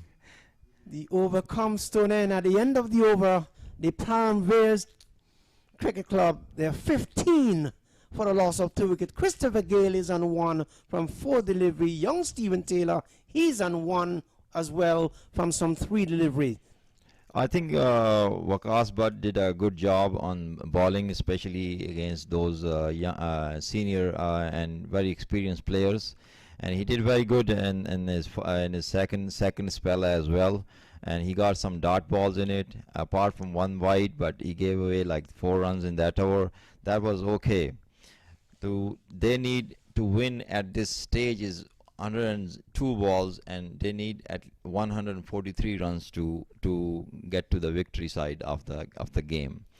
On the other hand, Junaid Siddiqui is doing good bowling too, and he's a right arm,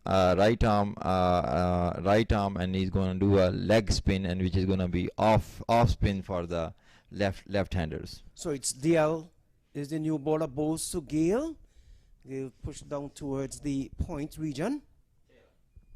Steven Taylor. Correction there, that's young Stephen Taylor. Pressure is building up in a commentary room too. I agree. And he's swinging it away out towards long on, wide. 6. And that's 6 runs. So Stephen Taylor start the party.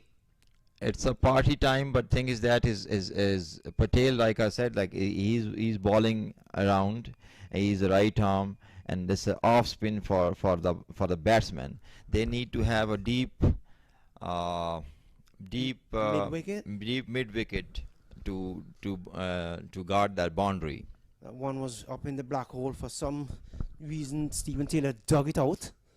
So no run. So Mark Dale is into the attack. None for 6, some 3 deliveries. And we're into over number 4. Onto the back foot on top of his toes. Leads it into the cover region.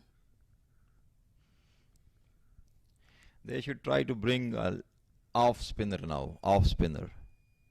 It will be more dangerous for the batsman to playing the off spinner. It'll be a leg break for them. So push it out into the offside. No runs. 21 for 2. Stephen Taylor is on 7. Chris Gale is on 4. We're into over number 4. Being bowled by Dale from the southern end. And Stephen Taylor swing that away down towards backward square. This will run away into the boundary of 4. Not only it has the legs, but it make some gallant speed going towards the boundary board. So young Stephen Taylor on the run. He's decided to take the bowler on. The over comes to an end, and at the end of the over, at the end of it, the Param Veers team, they're 25 for a loss of 2 wickets. Chris Gale is on 4. Stephen Taylor is on 11. Just 9 balls. And required run rate at this stage of the game is 8.3, and the current run rate is 6.3. They are a little bit behind, but as long as they don't lose wicket, they'll be in a good condition. But on the other side, fielding side of it, they need to bring off spinner at this point for especially for left-handed batsmen. I think you'd make a good manager. I'm gonna make a recommendation for you. I'm not a manager. Manager is the one who do things for others. Oh, that's what that is. Well, they do a lot of things, you know. But I am the one who set a goals and I have them accomplish it. Down towards point, and Chris Gale gets a single. Never a dull moment with my partner here, Dr. Khan. Enjoying his company and his analysis of the game as well. I am a great fan of leadership. Leadership is not only in politics. Leadership is in every step of your life, even in a cricket. You hear that, Audley? Even in the game of a cricket, leadership, you need to plan. You need to plan it right from the start. And how you're gonna get from point A to point Z. That's more important than how you play. This one is stayed away down towards point, no run. So young Stephen Taylor playing very carefully, along with Chris Gale. They're chasing 158 for victory. They're quite a long ways from home. They're 26 for a loss of 2. Yeah, Waqas Butt is doing a excellent job for his side, and he's doing pretty good, decent bowling so far. And beaten outside the line of the off, some good delivery, cutting away from the left-hander Stephen Taylor. He even gets a round of applause from the man at the cover position and also the wicket keeper. Did a good job. That's what I was talking to you about in a previous hour, that they need to bring off spinner from that other end to give a little bit harder time to the batsman. So there was a little bit of conference between Stephen Taylor and Christopher Gale. Chris Gale have lots of experience.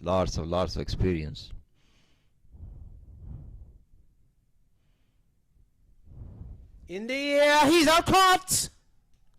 Soft dismissal, looking to punch it down towards Poynton Gully, and in the process, Perish Soul, the Param team, lost another wicket. That of young Stephen Taylor, caught off the bowling of Walker's butt for some 11 runs, and he will have faced some 11 deliveries. Dr. Khan. Waqas Butt is a natural in-swinging bowler.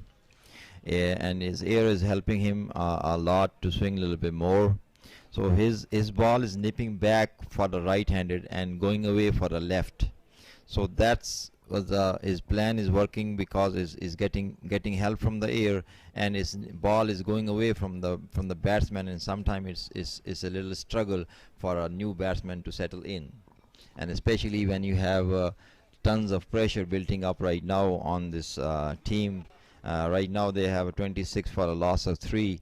It's just 4.4 hours, and required run rate is piling up to 8.6, and the current run rate is 5.6. They are a little lag behind, but that's our current run rate is not relevant to the batting side yet. Batting side is more important to not losing wickets at this point. So Wayne Parnell comes to the crease to replace young Stephen Taylor. Param Veers 26 for 3, and they're in deep trouble. Yes, it is. They should, at this point, they should give a strike to more strike to Chris Gale. Instead of hitting 4s and 6s, they should make a singles and give a more strike to Chris Gale. So he knows what he's doing. He's there with a plan. So let him handle that situation. Well, I'm pretty much sure that the captain must be saying Chris Gale is at one end and wickets are falling at the other end, so it doesn't fear us at all. We will get the wickets. Let Chris Gale beat us then.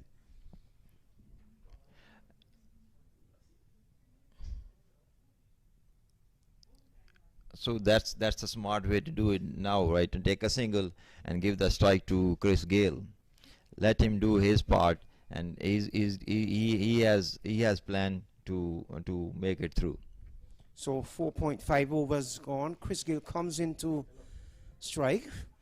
So one more legal delivery before Mr. Watson and Mr. White comes a begging. So 27 it is for 3.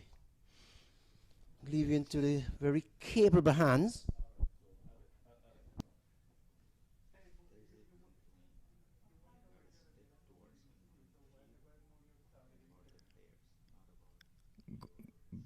Good. It was a little bit bad out of delivery, a little bit outside the out stump, and it is a wide ball consumed. So bowlers need to stick to the plans to wicket bowling at this stage.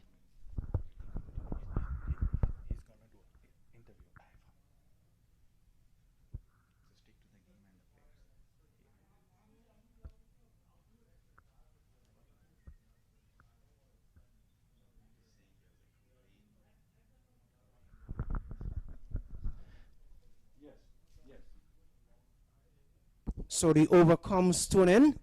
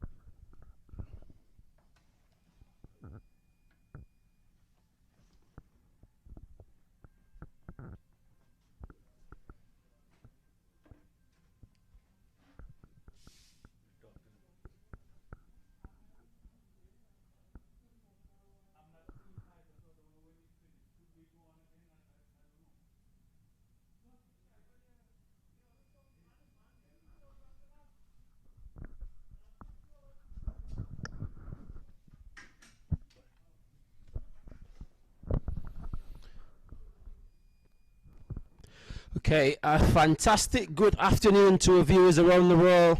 Lenroy White alongside Audley in the commentary box at the minute. It's approximately 12:26 here in Fort Lauderdale, Central Bar Regional Park. The Atlanta Firm, they're chasing 158 for victory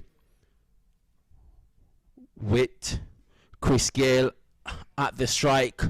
Looking really confident. That's a wonderful swept down to backward square. 4 runs.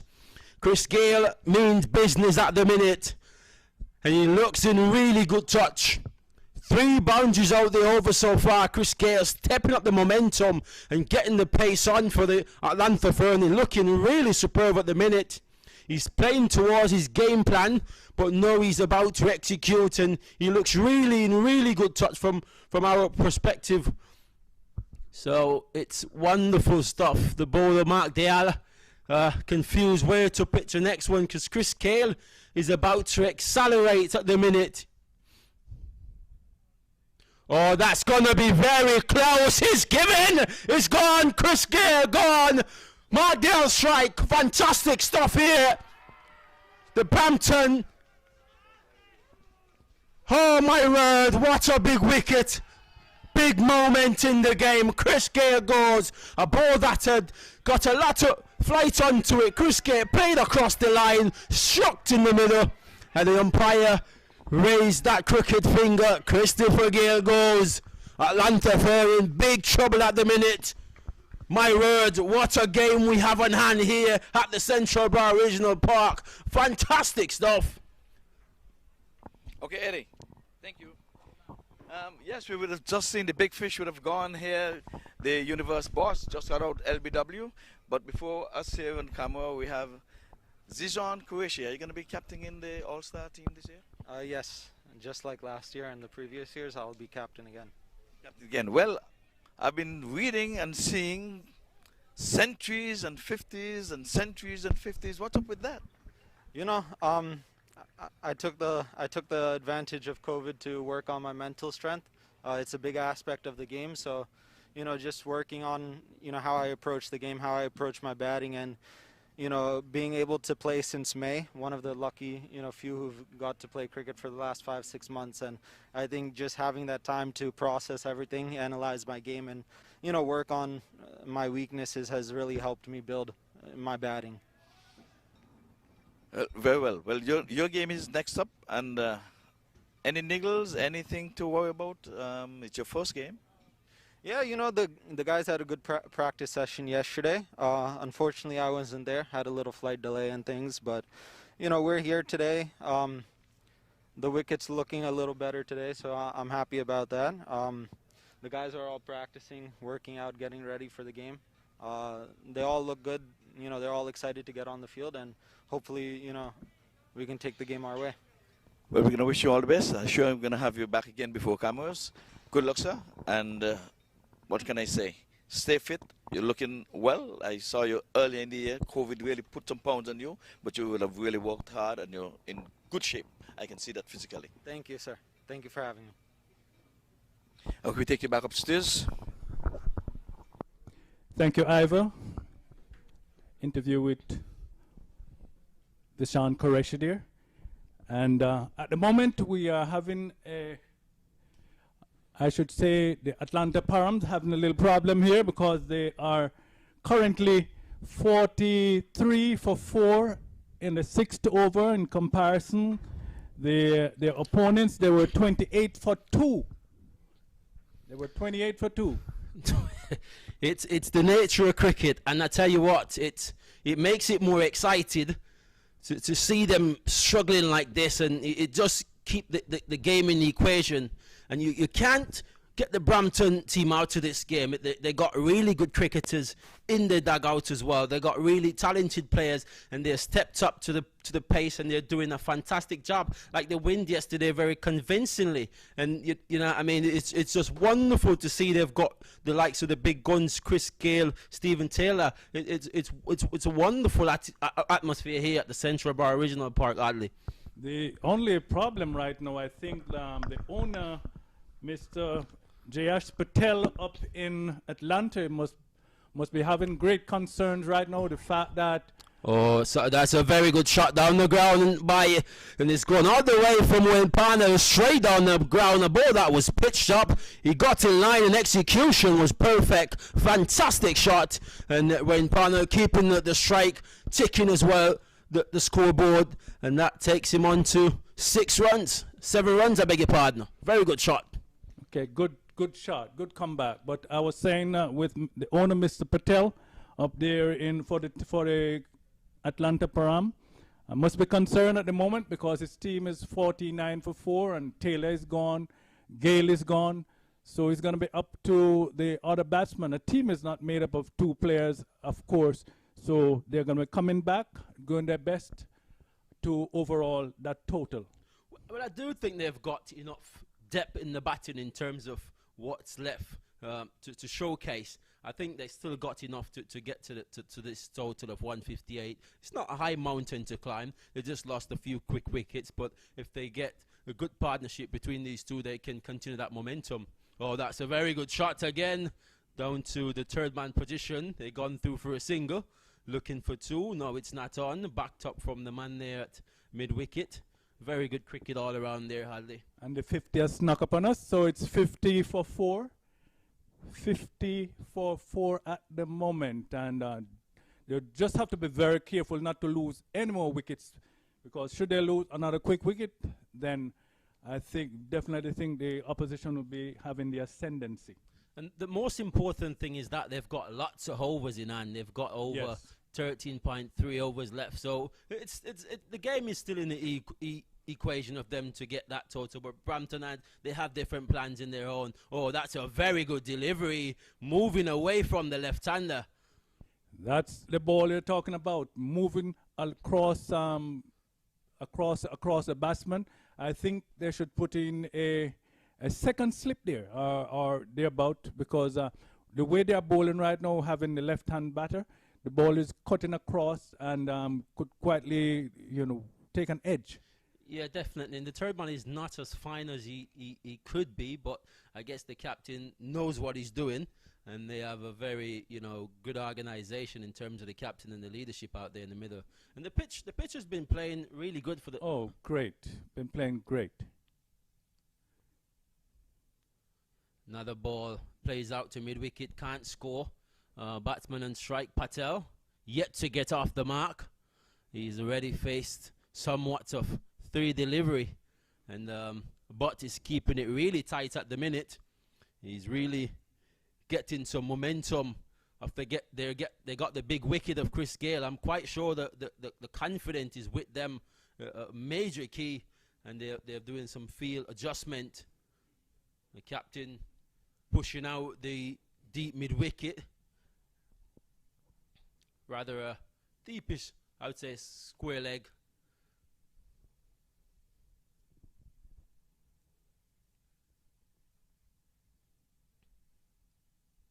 Oh, very good delivery. Just moving away from the left-hander again. Hardly. Fantastic over. Very good stuff. Very good stuff. It's a duel out there between bat and ball, and the bowlers, but made a good comeback. I mean, he kept things very quiet, having the batsman playing and missing outside the off stump. This is intriguing cricket.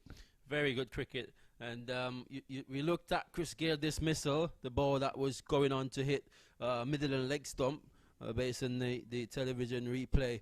But somewhat, Chris Gale haven't gotten to accelerate in this tournament so far as probably he would have wanted to, and the viewers would want to see him.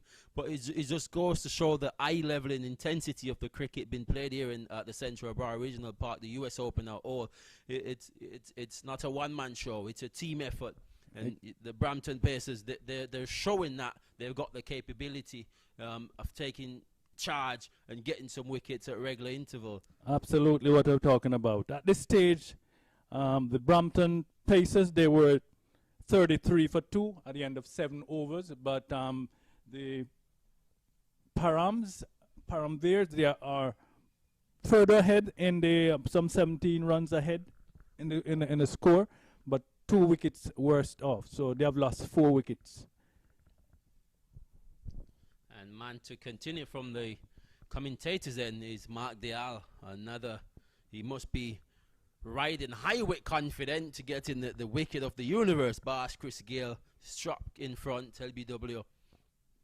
And of course, in his batting, he put on a massive partnership with Perkins. I think he scored some 62 runs, if I'm not mistaken.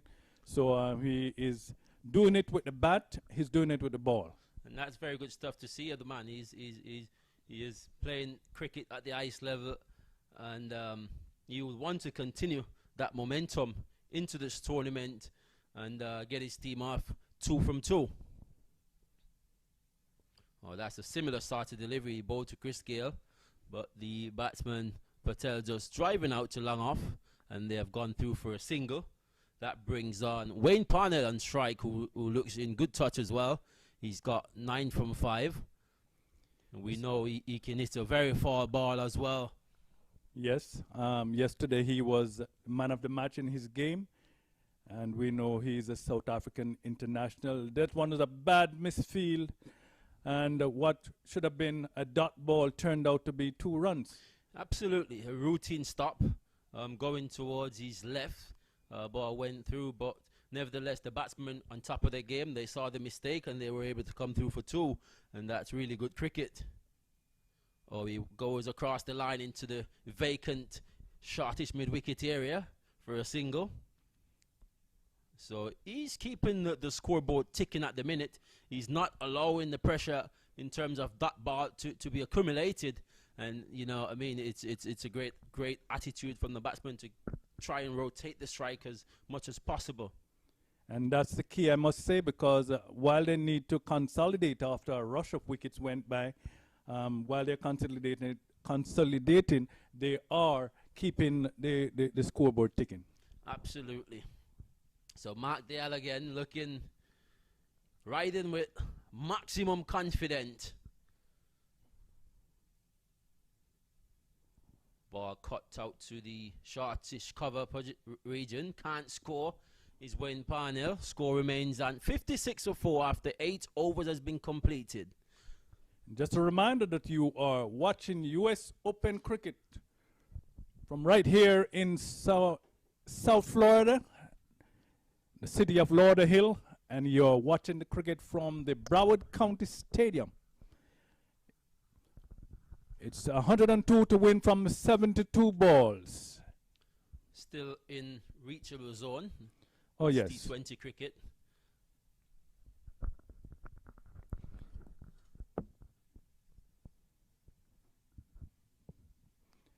They're taking their time to change over the field. Of course, they has a plan, the bowlers as well as the batters. And it's very important for them to stay here because of the loss of early wickets. So now they'll have to just put themselves down and just concentrate on what they're doing. No time to go for the hee-ho at this time, unless a ball should come that is totally in reach to hit away. Just run the 1s and the 2s, and the 4s and the 6s will come along a little later on.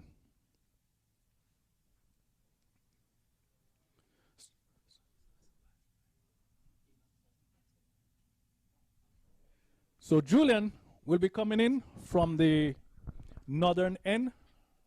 Leonardo Julian. Very tidy candidate. He's very economical. He gets the other one to turn. Oh, and that's a big heave, and he's gone. He's shocked immediately in the attack.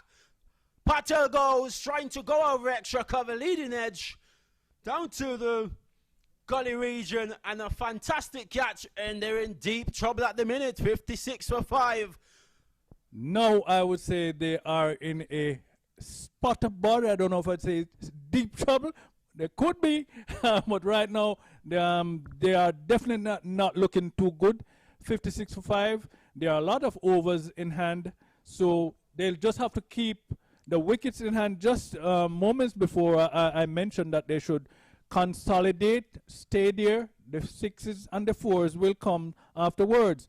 But with the loss of quick wickets, 4 down prior to this one, they just need to stay there, make the ones and the twos, and then later in the innings, they could accelerate. But he went at that one hard, and it was an easy catch. Yeah, fantastic catch as well. But you looked at the equation. You looked at yesterday's game, Chris Gayle against Bishu. Bishu just got into the attack. Chris Gayle going eve over mid-wicket. He was bowled. Today, for the very first ball. First delivery. And now you've got Julian into the attack. He has not seen him out for 2, 3, 4 deliveries. He's going through a big eve over extra cover, and that's what sometimes you need to take 3 or 4 balls and try to get your high hand, see what the ball is doing, see what the bowler intentions are. And he didn't do that, and that's the reason of his downfall. But they still got somewhat batting left. They've got the massive hitter, Ebanks, still left out there. We know Ebanks, he can be very destructive as well. He hasn't got going, but he didn't really need it to get going yesterday. But today is a very crucial day for him to really step up to the plate and get his team over the line. Oh, gracious me, another big eve. And indeed, he's going to be need needed. an edge. Yeah, Ebanks is going to be needed in the batting department. He did very well in the bowling department. This morning he took 5 for 12 in 3 overs. Yeah, that's a and it was actually on a hat-trick. Yeah, I was watching it on my way into the stadium, and it was really some really fantastic bowling from the man Ebanks. We know that he's capable of doing the job. It's just for him to live up to the expectation of his name. But in the meantime, we've got Wayne Parnell on strike. Oh, that's a fantastic catch! It's gone! Gracious me, my word! What a superb catch that was from Julian. Parnell getting to the pitch of the ball, trying to execute it back down the ground. And I tell you what, that's a US Bank maximum catch. Fantastic stop from Julian. There we go. Lenroy, that was a blinder, total blinder. Parnell got back and hit that ball with everything that he has got. And the bowler went down and came up with that ball. It was magnificent. All the adjectives can be put to that one, the good ones. Absolutely. Stunning catch. They've got somewhat players in the team who have playing at the decent level of cricket, CPL cricket, regional cricket, but they haven't got a lot of big names such as the Chris Gayle, the Wayne Parnell, but the Stephen Taylor. But somewhat what they've got is that they got a unit together. They gel well, they play well together, and it's showing. It's showing out there. It's showing the charisma, the energy, and you know what I mean, the togetherness of these youngsters, and that's what you need to see. They're more hungry for it, and they're delivering out there today, the Brampton Pasters. So now I will say they are more than it's more than a spot of bother. They are in deep trouble. Absolutely, and it would nothing they can't recover from. But at the moment, the situation is where they are right now. They are in trouble. Big trouble. So this over so far, wicket, 1 wicket, 57 for 6. Newman to the wicket, Cameron Khan. So they are 101 behind. I beg your pardon. Damien Ebanks to the wicket, Newman.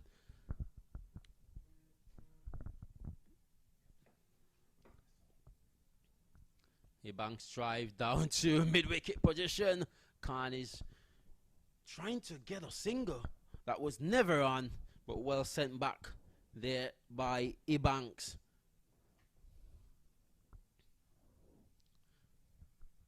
We approach his over number 9. Oh, my word, what type of shot is that Ebanks playing? He just got to the wicket. Oh, my word, that's just not proper cricket. Fortunately for him, he is still there. We could have been seeing the finger of the umpire, but it was not to be. So he just need to settle down and look and say, my team needs me. And it's the end of 9 overs, 57 for 6 in comparison. The opponents, they were 50 for 2. 7 runs behind, but 4 wickets better off. Absolutely, and they look the better team at the minute. It seems as if we got a bowling change from our commentary end. We'll update you as soon as possible once we get that information into our booth.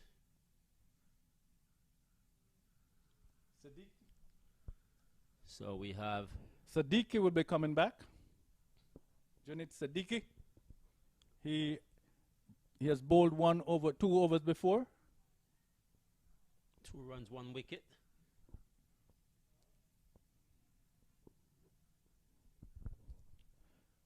Very tidy bowler as well, Siddiqui. He's into bowl to Khan, who plays defensively. This could be trouble. Direct it. It would have been big trouble. Overthrow, it seems. And the batsmen are able to come back for a second. Reckon he hit, he would have been struggling. I definitely think he would have seen the finger of the umpire. He was struggling to get there, but water under the bridge. Nevertheless, he survived. He lived to tell the tale. He plays again defensively out to a shortish mid-wicket area. They picked up a single, ticks the scoreboard on to 60 for 6 as we approach his over number 10. Still scoring above par. Not really above par, but for somewhat decent enough. 6.4 required is up to 9.2. So Banks need to get going and probably get going soon as possible, but play smart cricket and sensible cricket shot.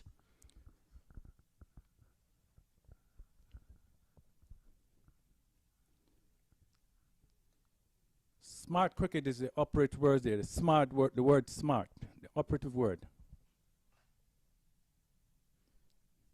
He plays this one fine. Down to the third man era. They're running back for a second. They're looking for 3. Yes, this could be touch and go. But fantastic work. Oh, my word. He looks. Umpire. Not interested. Says not out, but he had to put his running boots on for a minute there. He hesitated because the throw was going towards the striker's end, but the return came to the non-striker's end. Very, very smart cricket from the fielder and the wicket keeper as well. Yes, indeed, he was in 4th gear, but when he saw what was happening, he went into overdrive, and that was what took him home. Absolutely, and it doesn't matter. You don't know the sort of hands that these fielders have. It could be a rocket arm, so you need to get back to your wicket as soon as possible. And Banks was in the spot of bother, but he made it home quite easily. He's a class act player. We know he can go for the maximum quite easily. As we look to our right, we see to our left, we see the US All-Star team warming up with the likes of Ali Khan. He goes across the line, ball turning away from Kimar Khan. Very good start from Siddiqui.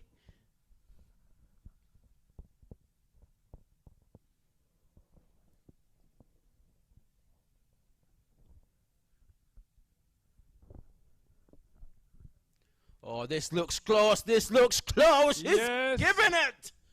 Another one bite the dust. My word, what a delivery that was. Pitching enough in middle of off stump, drifting down a little bit, hitting leg stump, and he's gone. Another wicket.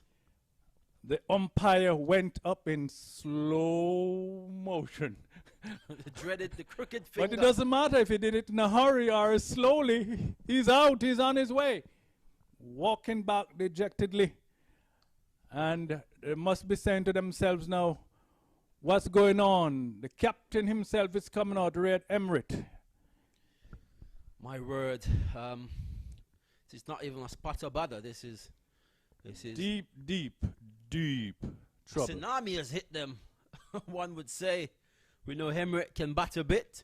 So as we mentioned earlier, they've got deep batting, but this is beyond. Is this going to be the first upset of this tournament? It could be. We here, well, at least we're talking about this side should be the favorite.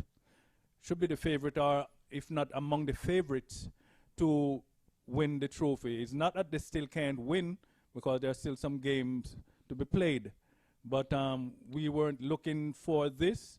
When, of course, we mentioned again that on paper, on paper you look at the team and say, this is the one that's supposed to win it all. But then the game is played on the pitch on a given day. Absolutely, and we got to give credit to William Perkins for the way he batted and the maturity he showed in terms of the way he constructed his innings. He built a platform and he executed at the end superbly. He waited, and at the end he waited for the right moment, and he got his team into a respectable target. But at the minute, it doesn't look respectable. He looked like a mountain to climb at the minute. So very good batting from Perkins to put his team up in a demanding position. As we look across the side screen, we see the USR star with the likes of Ali Khan, Vishan Qureshi. And we can't forget our local base player, Orlando Johnson and Yes. Damien Rowe. There are some players to look out for in this tournament as well. They have been getting, Johnson been getting among the wicket in the tournaments here. And Rowe, he has gotten consecutive 100 in practice games over the weekend. So he's a great player to look out for in this tournament as well. And Johnson has been a very consistent performer over the years in this US Open. Left-arm fast bowler. And he gets that Yorker in Deadly effectively. Yorker. Very effective. And he has some sharp pitch delivery as well. He can put you in a spot of bother if you're not quick to get out the way.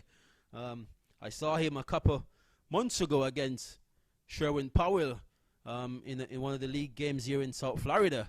And he had one somewhere up maybe 90 miles an hour. Got Sherwin Campbell in a spot of bother. And he does not necessarily run from too long, but the speed and thing from his broad shoulders, I think, generate that speed. Absolutely.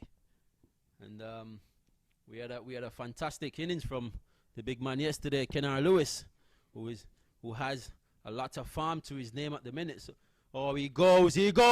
This could be another. Yes, it is. It's gone. Hibanks goes. He perished out to deep mid wicket, going for the maximum. He got a little distance on it, but the elevation wasn't right. And the man coming in from deep mid wicket took a fantastic catch.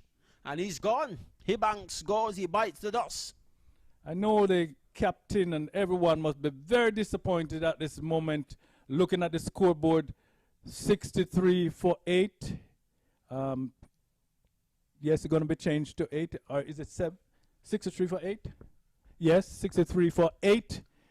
Very disappointed. As Ibanks, who we were banking on to pull this team out of the spot of bother or the deep trouble that they were in, well, he is now walking off once again. Absolutely, we were banking on him. I just checked my account. He got a negative balance in. We didn't get much. We didn't really get much in terms of banking investment in Ibanks, as his name's pronounced, but. Yeah, he did it in the bowling, and we're begging, for him to do it in the batting, but then it did not happen. So we invested, we got to a decent profit. So we invested more, ended up losing everything at the oh my word, cricket at its best. We have to give credit. We have to give credit to the Brampton Pacers, the way they have constructed their bowling unit. And at this time of the game, in their innings at the end of 10, they were 61 for 2. So I think this is the last hope of a partnership in these two new batsmen to the wicket. Akil Oslen.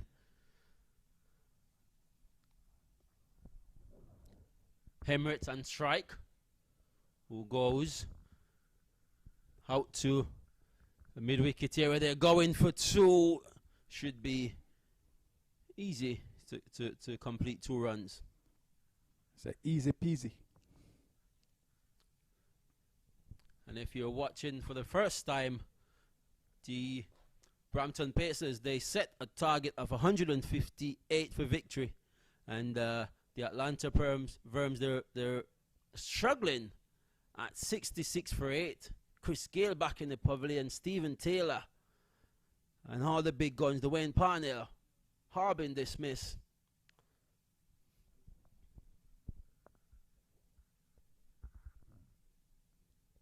Oh, he goes again, and this time he goes through the fielder for 6. Yes, I think the fielder was very concerned about his foot on the rope, and in so doing he was a bit distracted, I would say, and the ball went through and over for 6 runs. For a moment, I thought he was going to pull it off, but being so close to the rope at times can be very distracting. And exactly what... Oh, he goes again, Emirates. Didn't get enough elevation on the shot. Down to a wideish long-on position. He's able to come through for a single. Well, as the captain of the ship, he said, look, I'm going down swinging. Absolutely. You're going now, you got to go with a fight. And I think Emirates sees that he's the only recognizable player left out there. So he's going to take things into his own hand and trying to get his team to a respectable total in terms later on in the tournament. You never know what the run rate system will be like. So you want to get to a respectable total, bat out the 20 overs if you can, and get yourself into a better position later on if you need it. Right, net run rate, yeah. Hossein on strike. Plays defensively, back to the bowler. Can't score.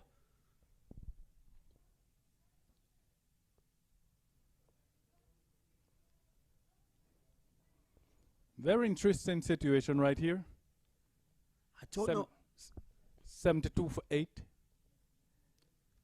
I don't really know what the rush is.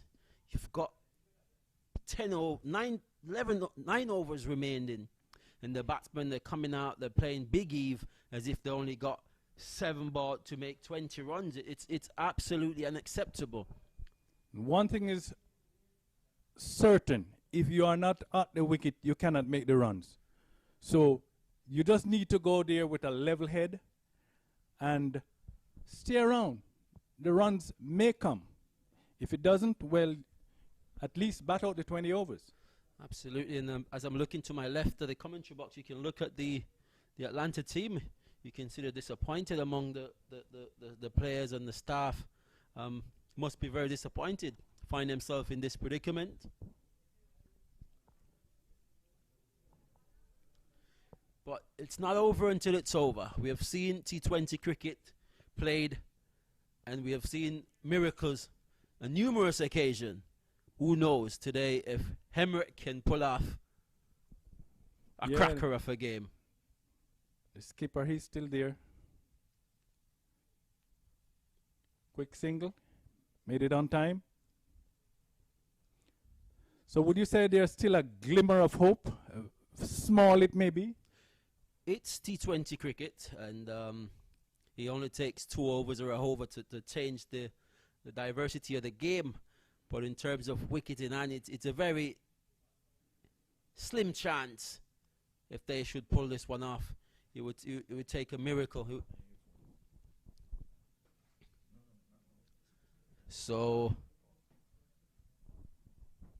we have Hossein on strike. The captain setting a very aggressive feel, trying to apply the pressure. And they work this one onto the onside. They run well. They could get 2. They're coming back, man, coming in from down at the square leg region. Return to the keeper was effective, but the batsman was still able to go through for 2 runs. So as it is, it brings the score on to 75 for 8. Hemrets on 10 from 5, and Hossein got 2 from 3.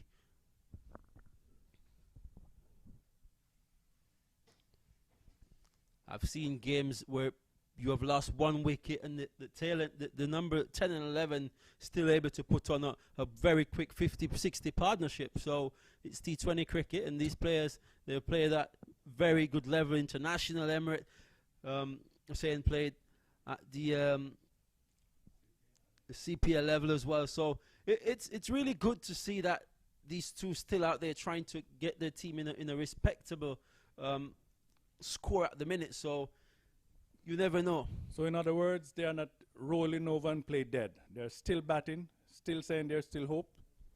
And indeed, that's encouraging. And of course, I said before, with the captain still there, you got to be optimistic. I would admit that it's slipping away from them, but it's not gone. It's not yet totally gone. I remember some years ago we had some elections in Jamaica, and one journalist started to sum up the prominent politicians that lost their seat, and he was saying this is gone, and the next one came in and corrected him, saying no, they're not gone, they are going. So they're not yet gone, they're going. Absolutely. And there is always room for a comeback. Yes. As we have seen it numerous occasions at all level of cricket, international, locally, regionally, you have seen it. So you never write off a team. Emirates drives back down the ground. And Siddiqui completes his over. He's bowled 3 overs so far for 14 runs.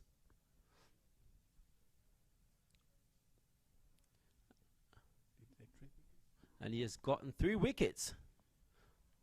Real good. 3 wickets, 3 overs, 3 runs. 3 overs rather. 14 runs, 3 wickets. So he's one of the major player in the demise of his opponents, the Atlanta Params. Absolutely. As a captain, you can't act so much better than that. Your bowler coming in, keeping the economic under 5 runs per over. That's really efficient and effective. Fantastic stuff. And we speak of effective.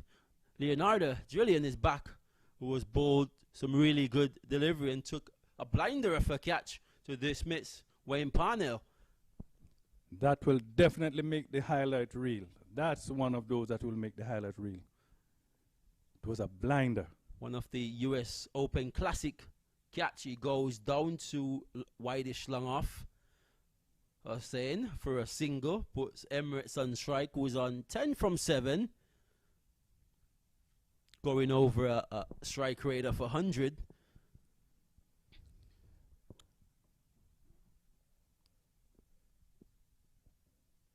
And the level of cricket being displayed today by the Brampton Pacers has been absolutely remarkable, and it goes to show that cricket is played on the pitch, not on the selection panel or in the paper. Emirates goes down the ground again, wisely, just for a single.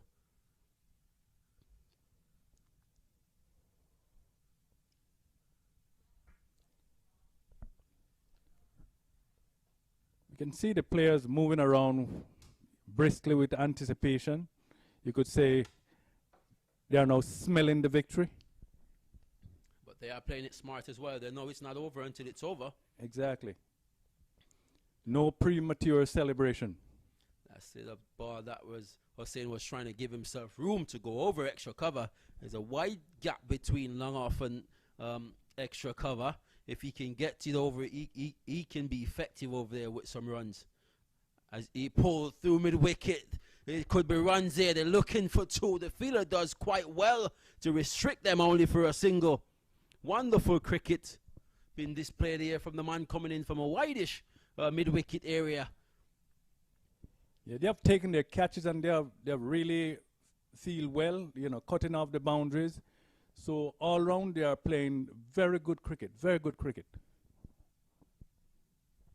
Absolutely. We've gotten Emirates back on strike, who keeps the scoreboard rotating. Wide delivery signal from the umpire. Rightly so.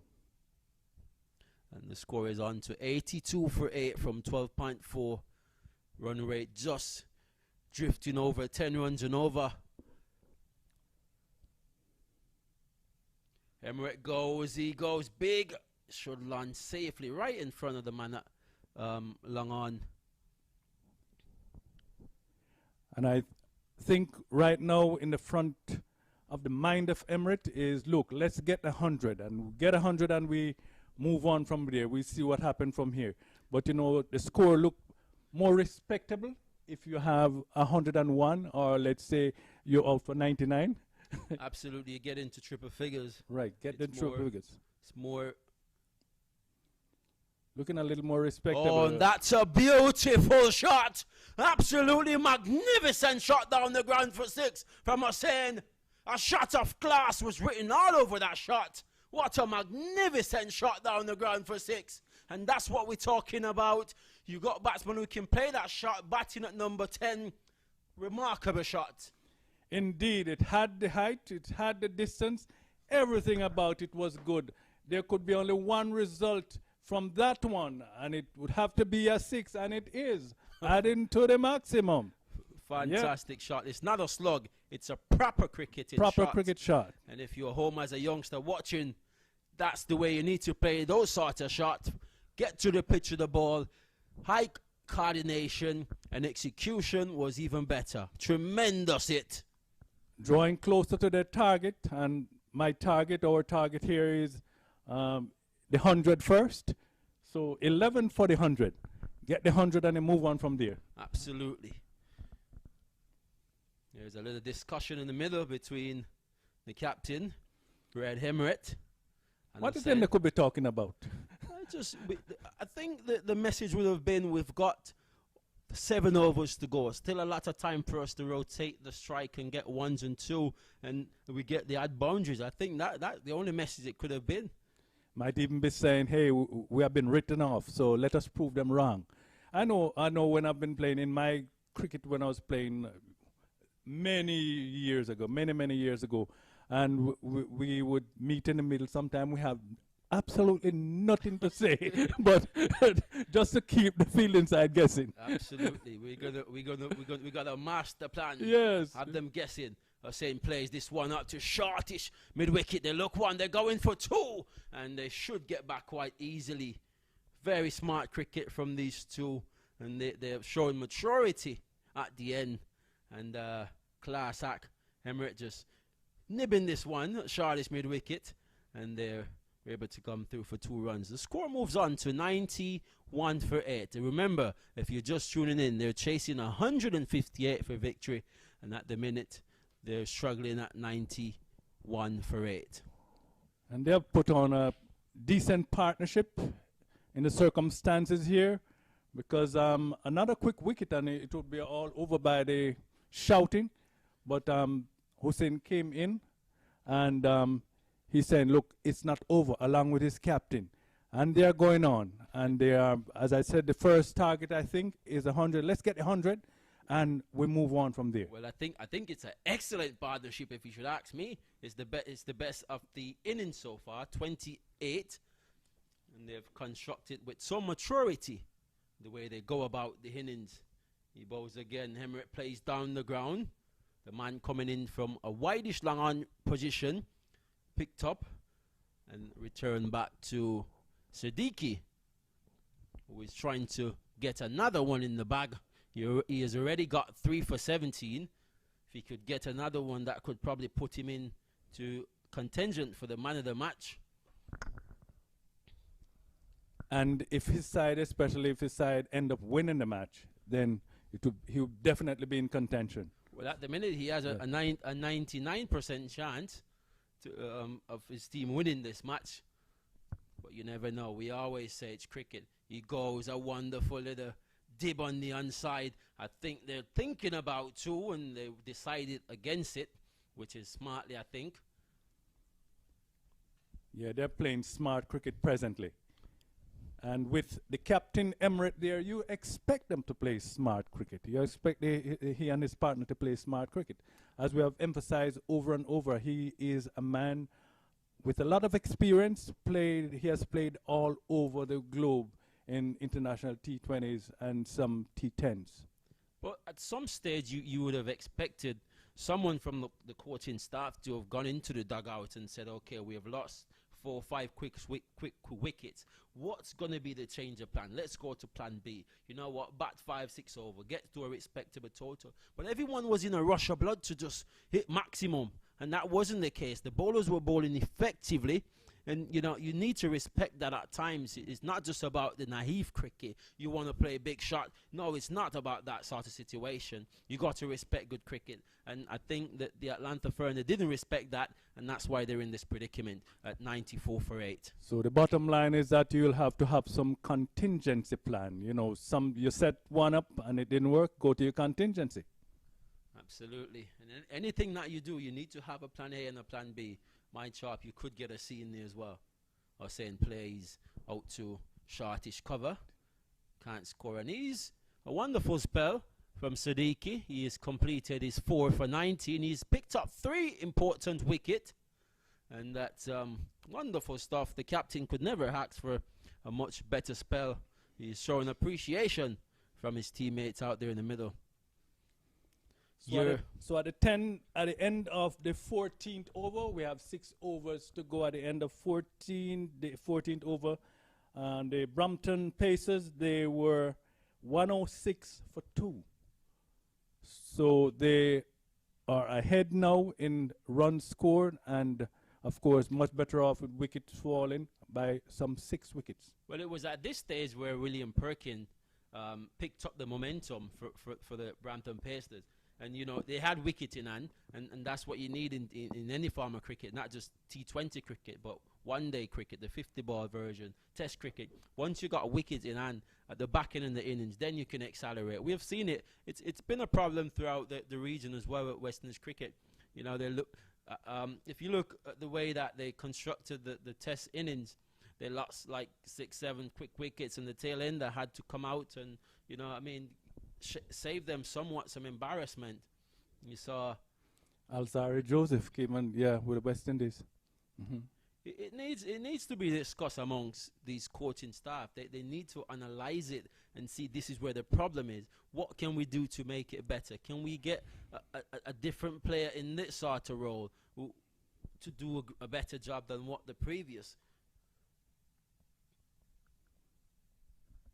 And I think they have discussed that actually, but sometimes you go into the plan and things change and everything went right through the door, right through the window. Well, still a lot of cricket to be played. He goes through mid-wicket. He's only going to pick up 1 Emirates. And he takes him on to 16 from 17, I beg your pardon, from 14. And Hussain, he's gotten 14 from 11. Most important thing is that he's still there.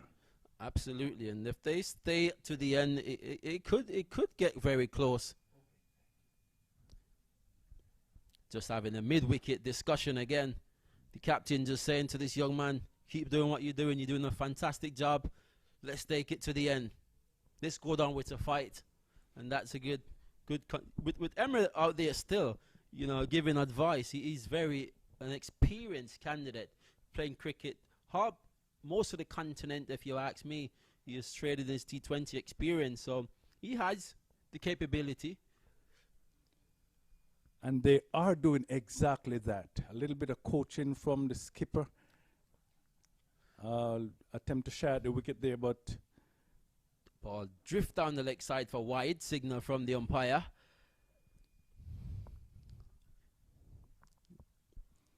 And for those of you who are just joining, we have, from time to time, we have new viewers coming in.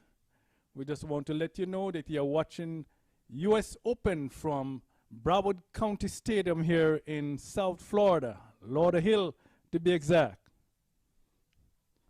Some intriguing cricket is being played.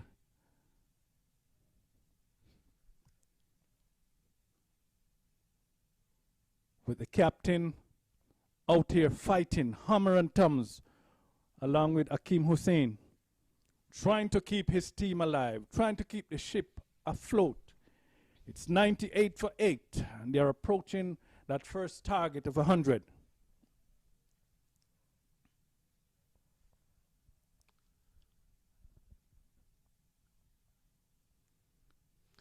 Very good clipped down to.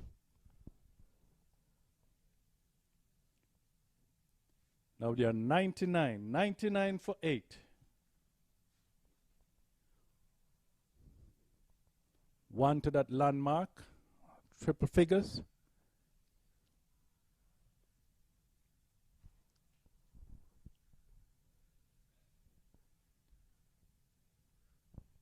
New bowler back in the attack.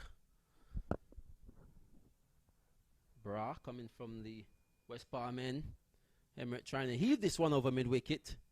Didn't make maximum contact. So he lives to fight another day. Just a half-hearted appeal from the bowler, Bra. Yeah, I was wondering if the ball hit the pad or the bat, because he appealed. Maybe it was on the bat and pad. Don't really know about the umpire. Important thing, the umpire was not interested. He's a man that counts. He goes straight down the ground. Could get some runs here. Two-fielder converted. They're looking for two. Send back from Hussain. Very smart cricket. And the 100 is up. Yes, we have been anticipating the 100 for so long, and now it snuck up on us without even, I didn't even notice that it is here.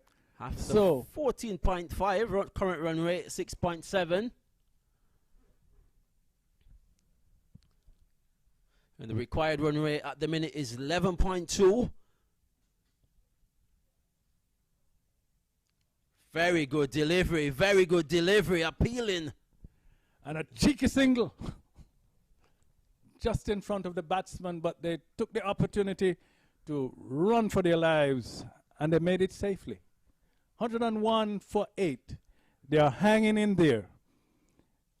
And of course, their supporters will be feeling much better. To go down is one thing, but to be bowled out for under 100 would be another thing. So they are over the 100 mark, and they are still fighting. Good, intriguing cricket, good, intriguing contest here between bat and ball. Yeah, very good fight back from Param Verb, getting to a respectable total of 101, somewhat into double figures. At one stage, there were 60 summit for the last of 8 wickets, so the partnership is now on to 38. Very decent going between these two batsmen, Emirates and Hussain. They're looking really convincingly and productive at the minute. They're rotating the strike pretty well.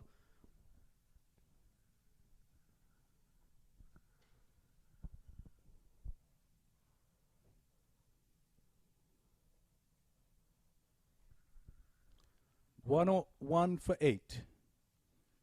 Seems as if we have a bowling change from our commentary end.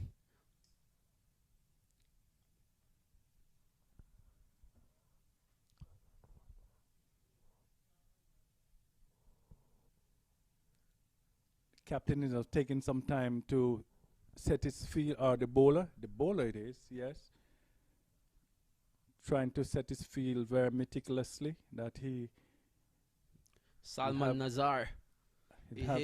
Every fielder where we want him to be. Salman Nazar.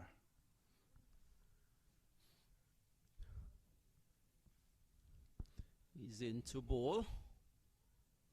Oh my word, that's gone miles out the park for 6. Over mid-wicket, first delivery. Hussain said, it's time to come to the party.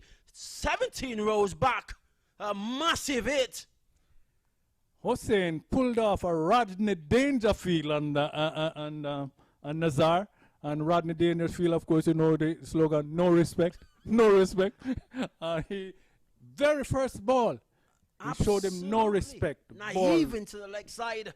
Way up, out of the ground, and that would have been 6 on any ground in the world. You talk about Lodge, you talk about Old Trafford, you talk about Sydney, anywhere that would have cleared it with ease. About 17 rows back over mid-wicket for 6. And he looked to take a liking to Nazar so far. He's in the mood. And Nazar is about to change.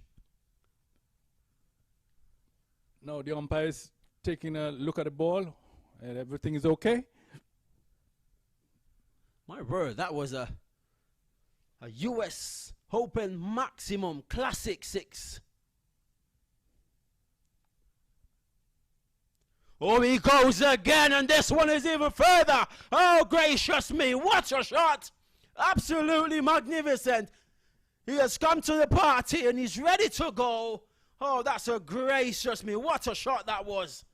We are watching some intriguing cricket here. The audience, everybody comes alive, and especially his teammates down the bottom there. Now, just some few overs ago, it was like all was over, but now it's 113 for 8, and there's a lot of life, still a lot of cricket to go. Remember, we're saying cricket is a game of glorious uncertainties. And you're showing Nazar no respect. No respect. He's demolished him the first 2 delivery for 6 over mid-wicket. Let's see the outcome. Oh, this time he goes a little straighter down the ground. A bit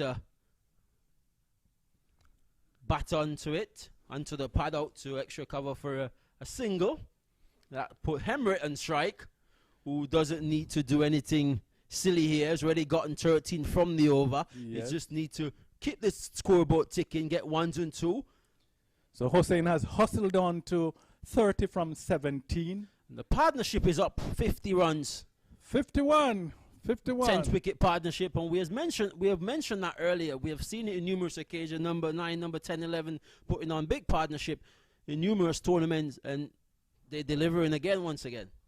Good 9th wicket partnership so far.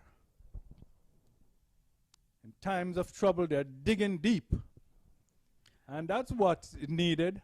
And look at the equation. Only 44 to get from 26. Still possible. Hemritt goes, and this ball is running down to the third man region for 4 runs by a signal from the umpire. So runs are coming here, and it's very crucial runs at the minute. It doesn't matter how it comes. Just need the runs. So they have gotten. So just in case you're asleep in front of your television, 16 thus far from the over.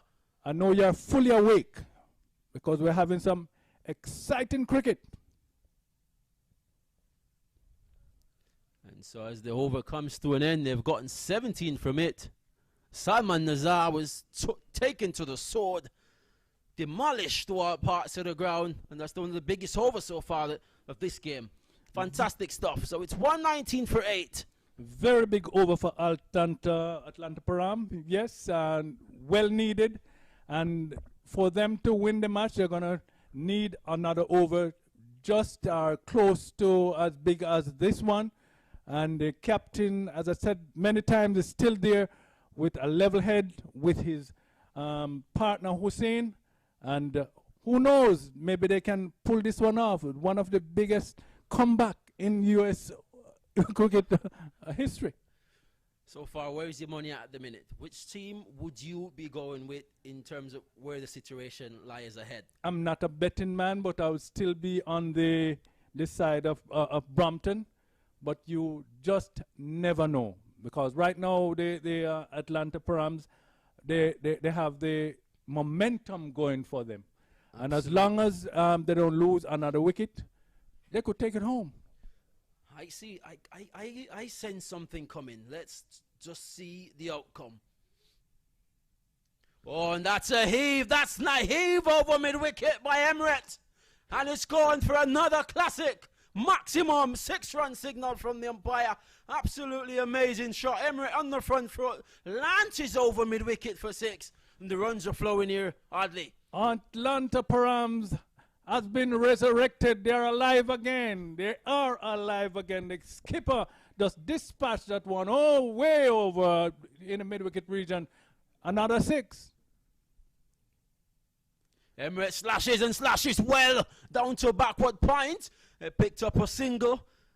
That puts the total on to 126. Pretty interesting. Pretty interesting. If you look at the required run rate a few moments ago, it was way about 11.5. Now it's down to 8.7. Still possible. So the equation is 32 from 22. Any given day you would have backed the batting team, but being the fact they have lost so many wickets, it's still in the equation. You know, there's a saying, there's a movie or a television series some years ago, Mission Impossible. Now we have to change that. And for the Atlanta Params, we're saying Mission is possible. And the way these two has constructed their innings, it's really remarkable the way they've been playing. And we just want to give a shout out to all the viewers around the world. Palash there, we've got to give him his credit. He's been anticipating, he's been participating in the feedback so far. We've got to give him a shout out. Mark Providence in New York, very dedicated to cricket development there in New York and always doing his live broadcasts. And Vincent Morgan he plays this, pull this one back down the track. They're looking for two. Very good running from Hussain. The batsmen were able to scramble through for two. Very good running between these two pair. Fantastic stuff. Vincent Morgan down here. He's been on the game all morning watching. So we got to give a shout out to him as well. The match is alive. It is alive. Indeed it is. Indeed it is. And should Atlanta Param go on to lose this match, then no disrespect. We have to say, look, guys, you fought back big time. Big time. I think it could be the record 9th partnership here. Well, they have fought back, but it's a wake-up call for them. Emirates goes again. This one is even further. Further over mid-wicket for 6. Fantastic shot from Emirates. And he's taking the bowling unit to a soar at the minute. He's in the party mood. Where is the Trini stands? Where is the Trini party stand at the minute? For a moment, we would say, look, the fielder seemed as if he had a chance. But then Emirates said, oh, no, you're nothing but a stargazer. Absolutely. And there's a message being sent out to the middle Emirates. And I was saying it was gotten a very good partnership. You can see the spectators. You see the Trini party. They have come out. Not many spectators, but the players, I should say. They're out here supporting each other. And now, Lenroy, it's only 23 to win from 19 balls. It's getting only 23 to win from 19 balls. This would have to be recorded as the biggest comeback right here in the U.S. Open. And even more important, you look at the partnership. It's 72 runs. 9th wicket partnership. We're not talking about 72 runs, second wicket or 4th wicket partnership. 72 9th wicket partnership, 72 runs. Absolutely, and as we look to the left of our commentary box, we see the US All-Star team getting ready to spin the toss there. The match adjudicator and the match referee, and our great Ivory down there to get this one on the way. And we got to give a big shout out to Dwayne Williams as well. He's been tuning in since yesterday on the MAQ TV. We got to give big shout out to each and every one. And I'd Singh as well. He's been around watching the US Open every year. He's on there watching and giving his feedback. So give kudos where kudos are due. Absolutely. Ladies and gentlemen, we have got a match here. And Marky Jamaica is asking if there's another game on. Yes, we have two more games on today. So you sit back at home, get your lagers in, get your waters in, and get ready for a full fun day of cricket. Excited cricket at least. And we've got our pro commentator coming in as well from New York, Lenny Archibald.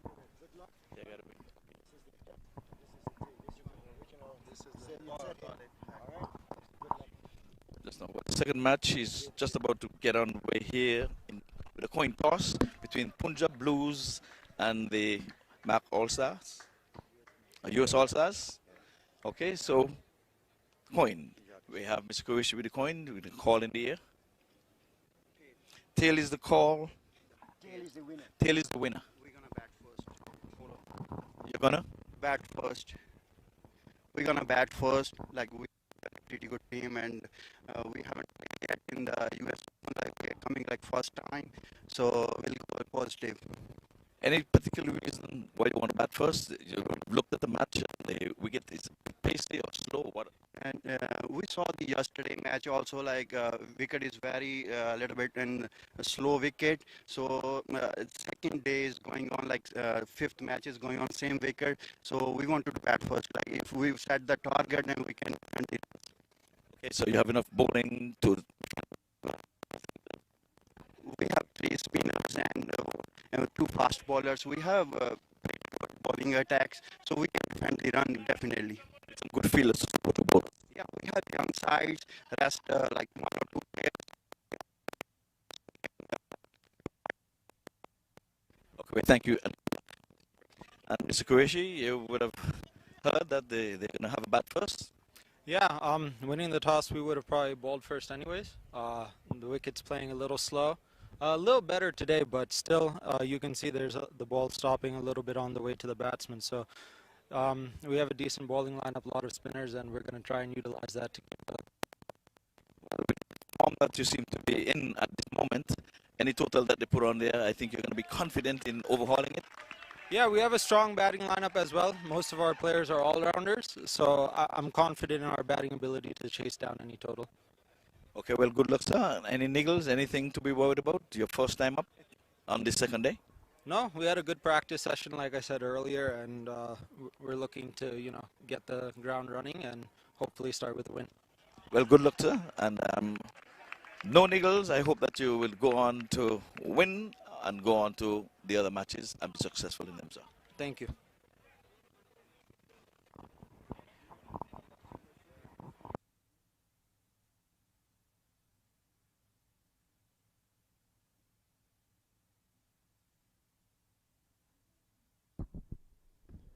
So there we have it.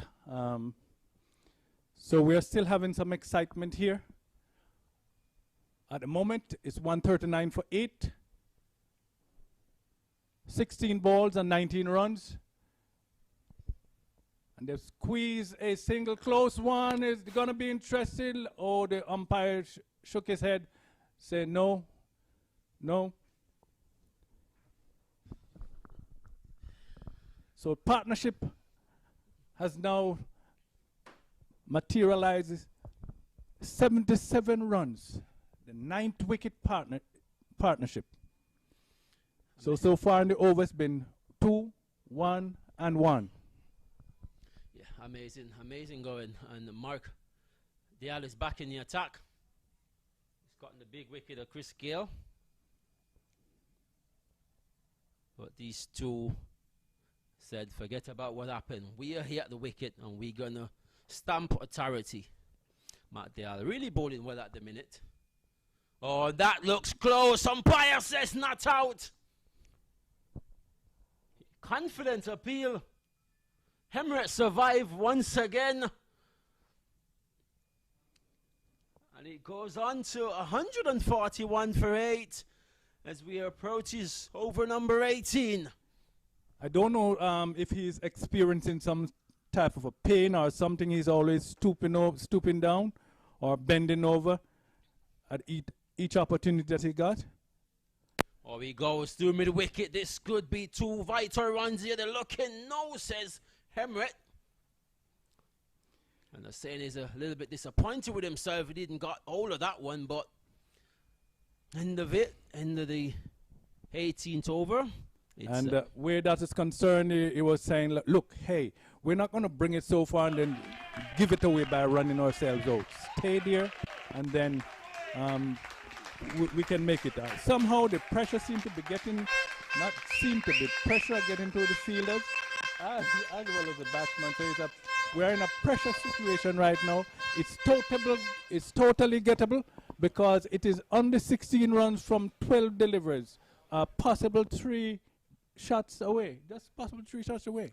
Well, I don't see them losing from here on, honestly. It's only 2 wickets in hand. Now they are seeing the ball as big as a breadfruit, the proverbial breadfruit. And it's gotten down to the end. We've got Salman Nazar back in the attack. He went for 17 from his first. The captain still got confidence in him to bring in from the West Palm Beach end. I'm quite sure he's under immense pressure right here at the minute. And you're watching at home, it's down to the wire.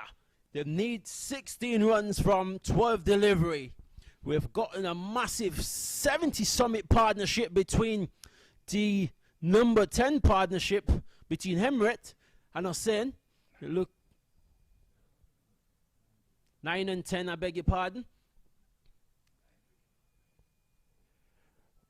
Lenroy, I would say right now at the moment, those people who have been biting their fingernails, I think they run out of fingernails. They have now turned to the toenails. The pressure, the pressure. And the pressure busted, they got a single.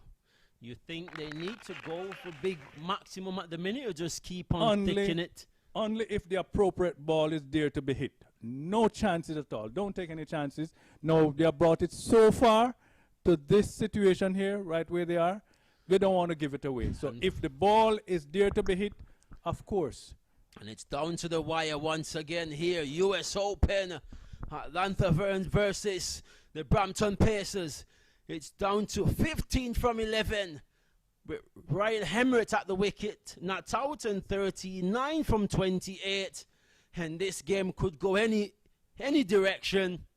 It's going to be the better team and the more experienced team, I think, will come out on top. And the team that wants it more.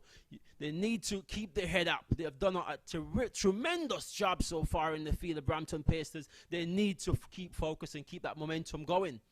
There's no need to be down. You guys are doing a tremendous job. Emmerich goes, and that's running down to a third man position. They come back for two.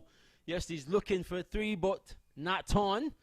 And wait to see what the umpire signals. Seems to have gotten some baton to that one there, hardly. Yeah, no signal, so it's baton, that one. And it's very, very important to see how the way the captain and Hussein put their heads down. And they could have given up and say, look, it's over, you know, drop the shoulders, you know, feeling of dejection. But no, they didn't. They said, oh, there goes, and that's going down. Oh, just landed safely for a single. For a moment, I thought that was another maximum. He didn't get enough elevation onto the shot. The man coming in from a wideish mid-wicket area, running around, restricted them for one. The batsman seems to be struggling at the minute. I know Hemritt, he seems to have some sort of problem. We have yet to rectify what's going on from the physiotherapist. We haven't got information into the commentary box yet, but as soon as we get that update, we will inform you what's going on. I think they need to accelerate now because you got 12 from 9. I think this is the moment they need to probably capitalize. You don't want to bring it all the way to the last. So they need to get the hard boundary in this over. And anyone to do it, or he goes straight down the ground. That's run away for 4. Beautiful shot. We speak about the hard boundary. And there he goes. The perfect shot to play down the wicket. 4 runs. You called it. You called it. Exactly what happened. And wow, now they can smell the victory. They can not yet, but they can smell the victory. And this one was highly improbable, not impossible. But at 60 yard for 8, you would be saying that it was highly improbable they're going to win. And the equation is just a runner ball. 8 from 8. They have gotten to 150. Remarkable partnership. He goes and he smashed out to backward point. Fantastic feeling from the man diving to his left, saving 4 runs there, 3 runs there. Possible 3 runs, yes. Good shot, good feeling, good all-round cricket. There is no need for rush of blood from Emirates. You only need 7 from 7. And both batsmen are struggling, and I mean in terms of some physical way, because they are bending over, they're stooping down, and I don't know what's happening, but they are battling on. They are warriors. Oh, they're struck in front, and it's given. Is it going to be a tail at the end of the innings? Emirates giving LBW wonderful bowling from the young man. A quicker one, very flat, struck in front, and is given. So is there yet another twist to this saga? And the key factor with all of this that's just happened, Hussein won't be on strike for the last over. So they need to do whatever it is to get him back on strike. This is some unbelievable cricket. Unbelievable cricket. They were all done and dead. But then they were resurrected by this 9th wicket partnership. It was in the 70s, maybe in the 80s. In the 80s. And they brought the Atlanta Param back from the dead. And should they lose this match now, they have nothing to be ashamed about it. Well, they have to do a team meeting and say, look, the first 8 wickets, you know, you guys, you just need to drop your socks or tighten your pads, you know, and hit those balls. But good comeback, very good comeback. Absolutely, we're down to the nitty gritty. Very last over, 6 balls. He's on strike. Oh, yes, He's on strike. over. Yeah, it was the last ball, and yeah, so he's on strike. Yes, yeah, so he's on strike. So big chance we could still see Atlanta pulling off a victory here. Highly improbable victory when we look at 50 something for 8. And now they have brought it to 151 for 9. It's just a hit away to get it to level. One hit away and it's level.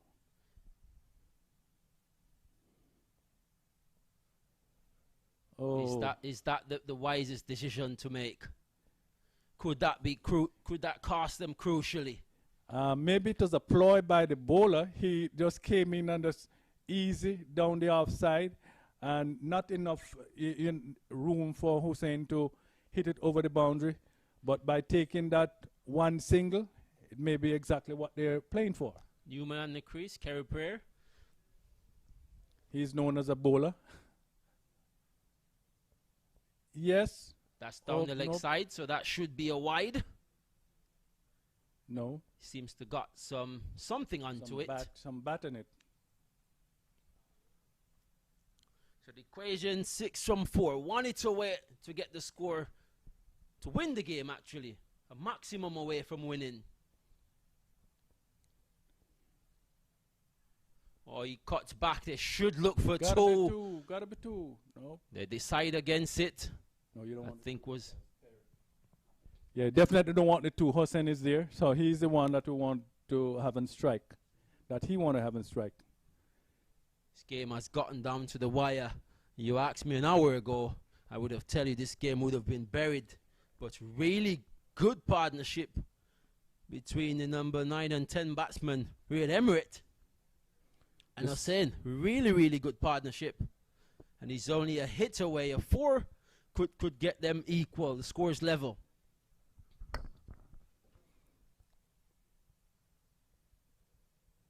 You can cut the tension right here. You can cut the tension with a knife. You can feel it in the commentary box as well. Oh, he goes. They're appealing. No, the way umpire down. says. It doesn't matter how they're going to run around on the field or what we think, but the umpire say, man, you're not out. You're not out. It was a very convincing shout, but the umpire says no. But the bowler saw that premeditated shot from Hussein, and he was going outside the off stump to pull the ball over the leg side, and he followed him out there, and he was cramped for space. So it's down to the wire. They need 5 from 2. The man in farm and strike, Hussein on 40 from 25. He needs to clear the boundary. He needs to get it over the rope to put his team in the position to win the match. At least down to the rope to level the score. But a well fought.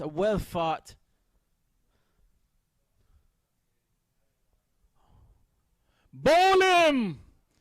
Twinkle, twinkle, little star. In the middle of the day. And the Atlanta Param has lost the match. Or should I say, the Brampton Pacers has won the match. But this was a very intriguing match. The Atlanta team was all but dead from very early in the game, in the innings.